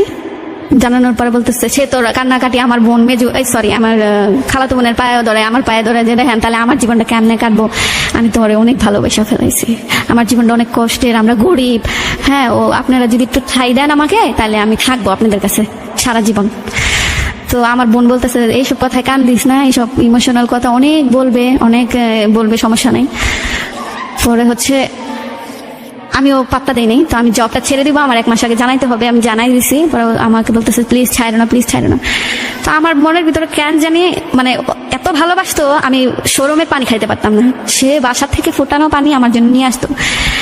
আমাদের বাসার যে যে ভাবি কাজ করতো, একটা ভাবি কাজ করতো, সে যদি একদিন না আসতো তাহলে আমার কাপড় চাপড় কে ধুবে। ওই টেনশনটা যখন আমি করতাম, সে বলতো আমি তোমার বাসার সামনে দাঁড়ায় আছি, তুমি ব্যাগ দিয়ে কাপড়গুলো নিয়ে আসো, আমি ধুয়ে দেবো। আমি তাই করতাম, আমার কাপড় চাপড় দিয়ে দিতাম, বাসে জোড়াজুড়ি করে আমার ইউনিফর্ম এগুলো আমার কাপড় চাপড় নিত, ধুইতো। আমার জন্য খাবার বাসা থেকে বয়ে আনতো। আমি আবার বাসা থেকে খাবার খাইতাম না, আমার একবেলা কিনা খাইতে হইতো, সেটাও আমাকে সে খাওয়াইতো। মানে অনেক ভালোবাসতো, অনেক কেয়ার করছে। তো সেজন্য আমার একটু মানে মনের ভিতরে যে আসলে আমি কি একটু বিশ্বাস করে দেখবো। ওদিকে কিন্তু ছেলে পক্ষ ছেলেদের বাসায় চলে গেছে, ছেলে টেলে দেখে আসছে। আর হুজুর তো ওনারা বলতেছে যে আমি যেদিন যাবো আমি ওদিন মেয়েকে বিয়ে করে নিয়ে একবার আমার সাথে চলে আসবো। আমরা এভাবে মেয়ে দেখি সরাসরি। এমনিতে আমার ছবি দেখছে, সে এক দেখাই পছন্দ করছে। তো আমি ওরে জানাইলাম। পরে কেন জানি আমার মনের মধ্যে তার জন্য মায়া হলো যে আসলে একটা মানুষ আমার জন্য এত করছে, হইতেও তো পারে সেও আমার জন্য বেটার। তো আমি সবরাতের নামাজ পড়লাম। নামাজ পড়ে আমি বললাম আল্লাহর কাছে, জানলা আমার জন্য যে ঠিক তুমি তাকেই আমাকে দিও, তার জন্যই আমার মনটা নরম করে দিও। এটা হচ্ছে মার্চের কাহিনী, মার্চের সবরাতের সময়। তো এরপরেও ও আমার বাসা থেকে আবার আমার বড় ভাই বলছে যে বিয়েটা ঈদের পরে দিবে, আমার ভাই আসার চেষ্টা করবে, ছোট বোন ঈদের পরে বিয়ে দিবে, আমি আসবো। তো ওই ছেলে পক্ষ আবার কি করছে, প্রথমে মেনে নিছে, ওকে। তো আমি ভাবলাম যে তাহলে সবাই বলতেছে চাকরিটা ছাড়ো। তো আমি সবাই অনুরোধ করে বলছি যে আমি রোজার মাসটা আমি করি, আমি এতদিন করে আসছি, তাদের জন্য আমার একটা মায়া হয়েছে, আমি করি। তো বাসা থেকে সবাই রাজি হয়েছে। রোজার 1 সপ্তাহ আগে ওই ছেলে পক্ষ ফোন করে বলছে যে আপনারা যদি রোজার আগে দেন তাহলে মেয়েটাকে আমরা নিয়ে আসবো, আর যদি না দেন তাহলে বিয়েটা পসিবল না। তো আমার ছোটবেলা তো অনেক জিদ, এমনিতে গ্রামে এসে একটু গ্রামে দিবে না এরকম। পরে বলতেছে বিয়ে ক্যান্সেল, আপনাদের কাছে মেয়ে দিবই না, আপনাদের খুদ আছে নিশ্চয়ই, সেজন্য আপনারা এইসব। ওই ছেলেটা আবার জানতো আমার কাহিনী, ওই ছেলের আবার কোনো ইয়ে নাই, বিয়ে টিয়ে নাই। পরে বলতেছে আপনাদের ভিতরে কোনো খুদ আছে, আমরা মেয়ে দিব না, আপনারা যদি পায়েও ধরেন তাও মেয়ে দিব না, দিয়ে দিছে ভাঙ। তো আমার তো চাকরি ছাড়ার আর অপশন নাই। এর মধ্যে যখন ও শুনছে যে আমার বিয়েটা ভেঙে গেছে, তখন ও তো অনেক খুশি, নামাজ পড়ে আমাকে দেখায়, সে নামাজ পড়ে। তো আমি ভাবছি তাহলে আল্লাহরই হয়তো ইশারা যে আমার বিয়েটা এর জন্যই ভাঙছে। তো সে ডিসিশন নিছে যে ওরা যেভাবে বিয়ে করছে, মানে ওর একটা ফ্রেন্ড একই নামের বিয়ে করছে, যে ওইভাবে আমরা বিয়ে করে রাখবো, যখন তোমাকে বিয়ের জন্য চাপ দিবে বাসায় বলবা, রাজি না হলে আমি তোমাকে নিয়ে চলে আসবো, পারবা না আমার সাথে কষ্ট করে থাকতে? বলছি পারবো, কিন্তু বিয়েটা করবো না, বিয়েটা পরেই করবো, ফ্যামিলিকে মানাই। সে আবার কান্নাকাটি, ইমোশনাল কথা, যে আজকে আমি গরিব দেখা, আমার বাবা নাই দেখা অবহেলা করতেছ, যা আসছে মুখ দিয়ে তাই বলছে। তখন আমি ফোনটা অফ, ঈদের পরের দিন ফোনটা অফ করে রাখছি। ওর একটা বন্ধুরা ফোন দিছে ইচ্ছা মতো, হচ্ছে আমার নানুর নাম্বার জানতো, নানুর মোবাইলটা আমার কাছে রাখছি ইচ্ছা করে, যে ও ফোন দিলে কি গন্ডগোল হয়। তো সবার সাথে আমি কথা বলছি, শুধু ওর সাথে আমি কথা বলি নাই। তো আমি ফোনটা খুলছি আবার, আমার আসলে আমি অনেক শয়তান। ফোনটা খোলার পরে একটা ফোন আসছে যে ও তো 6 তলায় দাঁড়ায় আছে, আপনি যদি একবার না করেন ওরে বিয়ে করবেন না, তাহলে কিন্তু 6 তলা থেকে লাফ দিয়ে দিবে। আর যে বলতেছিল সে কান্নাকাটি করেই বলতেছিল। তো আমার তো পসিবল না এই রাতের বেলা আমি যাই আসলেই সত্যি মিথ্যা যাচাই করবো কিনা। তো আমি বলছি আচ্ছা আমি ওকে ফোন দিচ্ছি। তো আমি ফোন দিয়ে বললাম যে হ্যাঁ আমাদের কালকে বিয়ে হবে, 16 তারিখ, 14 তারিখে ঈদ হয়েছে, 15 16 তারিখ। ও 15 তারিখ সে আবার আমাকে রাজি করানোর জন্য দুপুর 2টা থেকে 4টা পর্যন্ত 5টা পর্যন্ত সে বৃষ্টিতে ভিজছে। আমি কোথায় আমার ফ্যামিলির সাথে ঘুরতে গেছি, সে ওইখানে যায় আমাকে খুঁজে বের করছে। হ্যাঁ, ভিজছে, আমার সামনে আসছে, আমি দেখছি সে কষ্টে কাতর, আমার মায়া হয়েছে তারে দেখা অনেক, সে আমার জন্য কষ্ট করতে পারবে এরকম ফিল হয়েছে। তো আমি সবকিছু যাচাই করে সারা রাত ওদিন আমি ঘুমাই নাই, যে কি করবো আসলে, আমি কি আসলে ওর জন্য কি রাজি হয়ে যাব, হইতেও তো পারে ভালো। আমার তো বড়লোক জায়গায় বিয়ে হয়েছিল না একবার, আবার ঠিকও তো হয়েছে অনেক বড়লোক একটা জায়গায়, আর ছিলামও তো, জন্ম তো হয়েছে ভালো একটা ফ্যামিলিতেই, ভালোভাবেই তো ছিলাম। তো আচ্ছা তাহলে ও গরিব তো কি হয়েছে, আমি ওকে বিয়ে করেই ফেলি। তো রাজি হয়েছে। ওই সময় আমার মেয়ে আবার আমার কাছে, ওর ডেটও 16 তারিখে, ওকে দিয়ে আসতে হবে, ওর দাদু ফোন দিচ্ছে ওর দিয়ে যাও। তো সকালবেলা আমি ওকে দিয়ে আসলাম, আমার মেয়েকে দিয়ে আসলাম, আমার মেয়ের সাথেও দেখা করছে, ছবি তুলছে, সবকিছু করছে। তো আমার মেয়েকে দিয়ে আসার সময় রাস্তায় ওর একটা বন্ধু বিয়ের শাড়ি এগুলা নিয়ে আমার জন্য ওয়েট করতেছে। সবাই জানে আমি আমার মেয়েকে দিয়ে আসতে যেতেছি, হয়তো মেয়ের সাথে একটা রেস্টুরেন্টে বসবো, খাবো, একটু দেরি হবে, কেউ আমাকে ফোনও দেয় না বা কিছু না। এমনি তো আমি বাসায় দেরি করে গেলেও আমাকে ফোন দিবে না, বাসায় যাওয়ার পরে ধরবে। তার সাথে কাজে আমি ভাবছিলাম যে সেদিন বিয়েটা হবে না, সে আমাকে ঘুরে টুরে বাসায় দিয়ে যাবে। আমি তারে অনেকবার রিক্সায় তার হাতটা ধরে আমি বলছি যে দেখো আমার জীবনে একটা অ্যাক্সিডেন্ট আছে, আর তুমি তোমার মা তোমাকে কুত্তার মতো মানুষ করুক, কিন্তু তুমি তোমার মার একটা মাত্র মেয়ে ছেলে, তোমার মার জীবনটাও কিন্তু অনেক কষ্টের। ওর বাবা নাই, ও ছিল একাই, ওর এই মানুষ করছে। অনেক কিছু বুঝালাম, আমি কি কান্না করি তার চেয়ে বেশি সে কান্না করে যে না না তুমি থাকলে আমার জীবনটা অনেক সুন্দর হবে, অনেক সুন্দর হবে, তুমি যদি না থাকো তাহলে আমার জীবনটা শেষ হয়ে যাবে, হ্যাঁ আমি বাঁচবই না হয়তো। সে আমাকে এগুলো বললো। পরে কাজে অফিসে গেলাম, যাওয়ার পরে বিয়ে হলো। তার একটা ফ্রেন্ড ওখানে বসেছিল, কাজে অনেক কিছু জিজ্ঞেস করবে বলে উনি ওখানে বসেছিল, স্থানীয় তো। আর কাজে অফিসটা আমি চিনি না, ওরা কিভাবে নিয়ে গেছে আমি জানি না। তো সেই স্থানীয় সে বসেছিল, 2-3টা ছেলে ছিল, একটা মেয়ে ছিল, আমার পক্ষ থেকে কেউ ছিল না। তো কাজী যাতে বেশি কিছু না জিজ্ঞেস করতে পারে সেজন্য সে কাজীর কাছে বসে রয়েছে, একদম কাজীর কাছে। আমি গেলাম ওইখানে, সাইন টাইন করলাম সবকিছু। ওর পাশ থেকে ওর ফ্রেন্ডরা ভিডিও করছে, মানে আমাকে ফাঁসানোর জন্য, যে আমি বিয়ে যাতে কখনো অস্বীকার না করতে পারি সেজন্য ভিডিও টিডিও করছে। করার পরে বিয়ে শেষ হয়েছে, হওয়ার পরে ও আমাকে আমার বাসায় দিয়ে গেছে, ওর বাসায়। এপ্রিলের 16 তারিখ আমাদের বিয়ে হয়েছে। বিয়ে হওয়ার পরে ভালোই যাইতেছিল, জবটা আমার ছেড়ে দেওয়ার কথা, এখন ছেড়ে দিয়ে কি করব, হ্যাঁ ছাড়ি না, জবটাও করতেছি, সবকিছুই ঠিকঠাক চলতেছিল। আমরা মানে প্ল্যানিং করতেছি যে কিভাবে, এর মধ্যে আমার কোনো বিয়ের কথা, মানে বাসা থেকেও কোনো চাপ, কোনো কিছু, বা আমি কি করতেছি, কেমনে চলতেছি, এই যে রাতের বেলা বাহিরে বাসায় দেরি করে যাই, হ্যাঁ এগুলা নিয়েও কারো মাথা ব্যথা তখন ছিল না ওই সময়টা, বিয়ের পরটা। তো আমি বুধবারেও বাসায় থাকতাম না, আমি বাসায় মোটেও থাকতাম না। শুধু এটা একটু নোটিস করছে আমার নানু একদিন আমাকে ডাইকা, বিয়ের পরে, বিয়ের 1 মাস পরে আমাকে ডাইকা নিয়ে বলতেছে তুই কি কারোর পছন্দ করস? আমি বলছি যে না, আমি একটু বলে দেখি যে কি হয়, আমি তো জানাই নেই আমার ফ্যামিলিতে, না জানাই আমি এত বড় একটা কাজ করে ফেলছি, এমন তো হইতে পারতো যে আমার ফ্যামিলি রাজিও হইতে পারতো। তো আমি আমার নানুকে বলছি, নানু একটা ছেলে আমাকে পছন্দ করেন, যদি বলে আমি পছন্দ করি তাহলে আমাকে চাকরিটা কোনো মতেই করতে দেবে না। তো আমি বলছি নানু একটা ছেলে আমাকে পছন্দ করেন। পরে বলতেছে যে নাম কি, বাড়ি কই, গড় কই, এগুলো। পরে আমি বলছি ওর একটা মা আছে জব করে, ওর একটা নানু আছে জব করে, আর কি জব করে আমি তখনও জানি না ওনারা কি জব করে, আর ও জব করে। পরে কই তাহলে তোর ছোট খালা লোক কয়ে দেখবো না, ছোট খালার সাথে কইছে, ছোট খালা কই না এটি পসিবল না, তাহলে কি তুমিও যা জব করবা? পরে আমি বলছি যে করা লাগলে করলাম। পরে আমাকে আমার ছোট খালা বললো যে দেখো একটা ট্রেন চলতেছে, প্রতিদিন তুমি দৌড়ে যায় দাঁড়ায় ট্রেন দিয়ে তোমার গন্তব্যস্থানে যাও। 1 বছর 2 বছর 3 বছর গেলা, একদিন তুমি অনেক বিরক্ত হয়ে গেলা, তখন কি করবা জানো? ট্রেনটা লাগতে দিয়া তুমি বলবে যা ট্রেন যাবে, পরে ট্রেনে আম। তুমি এরকম করতে পারবা না, অলরেডি তুমি একটা করে তোমার হয়ে গেছে একটা, তো যা করবা ভাবি না। আমি আরে আমারে পছন্দ করে, আমি তো করি না। পরে আচ্ছা বাদ দাও, জব করতেছো করো। আচ্ছা, তো এইভাবে আমাদের চলতে থাকে দুজনের, খুব ভালো, মানে অনেক ভালো। যে বিয়ের পরে একটা চেঞ্জ হয়ে যাওয়া, আদরের কম, টেক কেয়ারের কম, কিচ্ছুর কোনো কমতি নাই, আর বরঞ্চ আরো বেশি। মানে সে আমার সব খরচ দিচ্ছে, আমি না চাইতেই সে আমার জন্য ওইটা অর্ডার করতেছে, ওইটা আনতেছে আমার জন্য সে সব করতেছে, সব কোনটা আমার ভালো লাগে, কোনটা আমি চাইতেছি, সব করতেছে। তো হঠাৎ আমি একদিন আমার জবটা ছেড়ে দিই, ছাড়তেই হবে, বাসা থেকে বলতেছে যে এত কষ্ট করে জব করতে হয় না, আর আমার জন্য কষ্ট হয়ে যাচ্ছে, জবটা ছেড়ে দে। জবটা ছাড়ার কথা জানুয়ারি দিকে কথা চলতেছে যে ছেড়ে দেব। ওই মুহূর্তে আমার একটা কলিগকে মানে আমার হাজবেন্ডের বস, ওই ভদ্রলোক পছন্দ করে ফেলে। ও দেখতে অনেক সুন্দর, আমরা একসাথেই জব করি। তো ওই মেয়েটাকে মানে ওই ভদ্রলোক আর আমার যে হাজবেন্ড ইমন, ওর নাম ইমন, ওদের দুজনের মধ্যে কি কথা হয়েছে আমি জানি না। তো আমাকে বলছে যে জান্নাত, আমার বস তোমার সাথে কথা বলবে, হ্যাঁ তুমি কিন্তু এই আমাদের যে বিয়ে হয়েছে সেটা বললো না। আমি বলছি আচ্ছা। তো ভদ্রলোকের সাথে আমার কথা হয়েছে, ভদ্রলোক হাই হ্যালো সালামি দিল, এতটুকুই।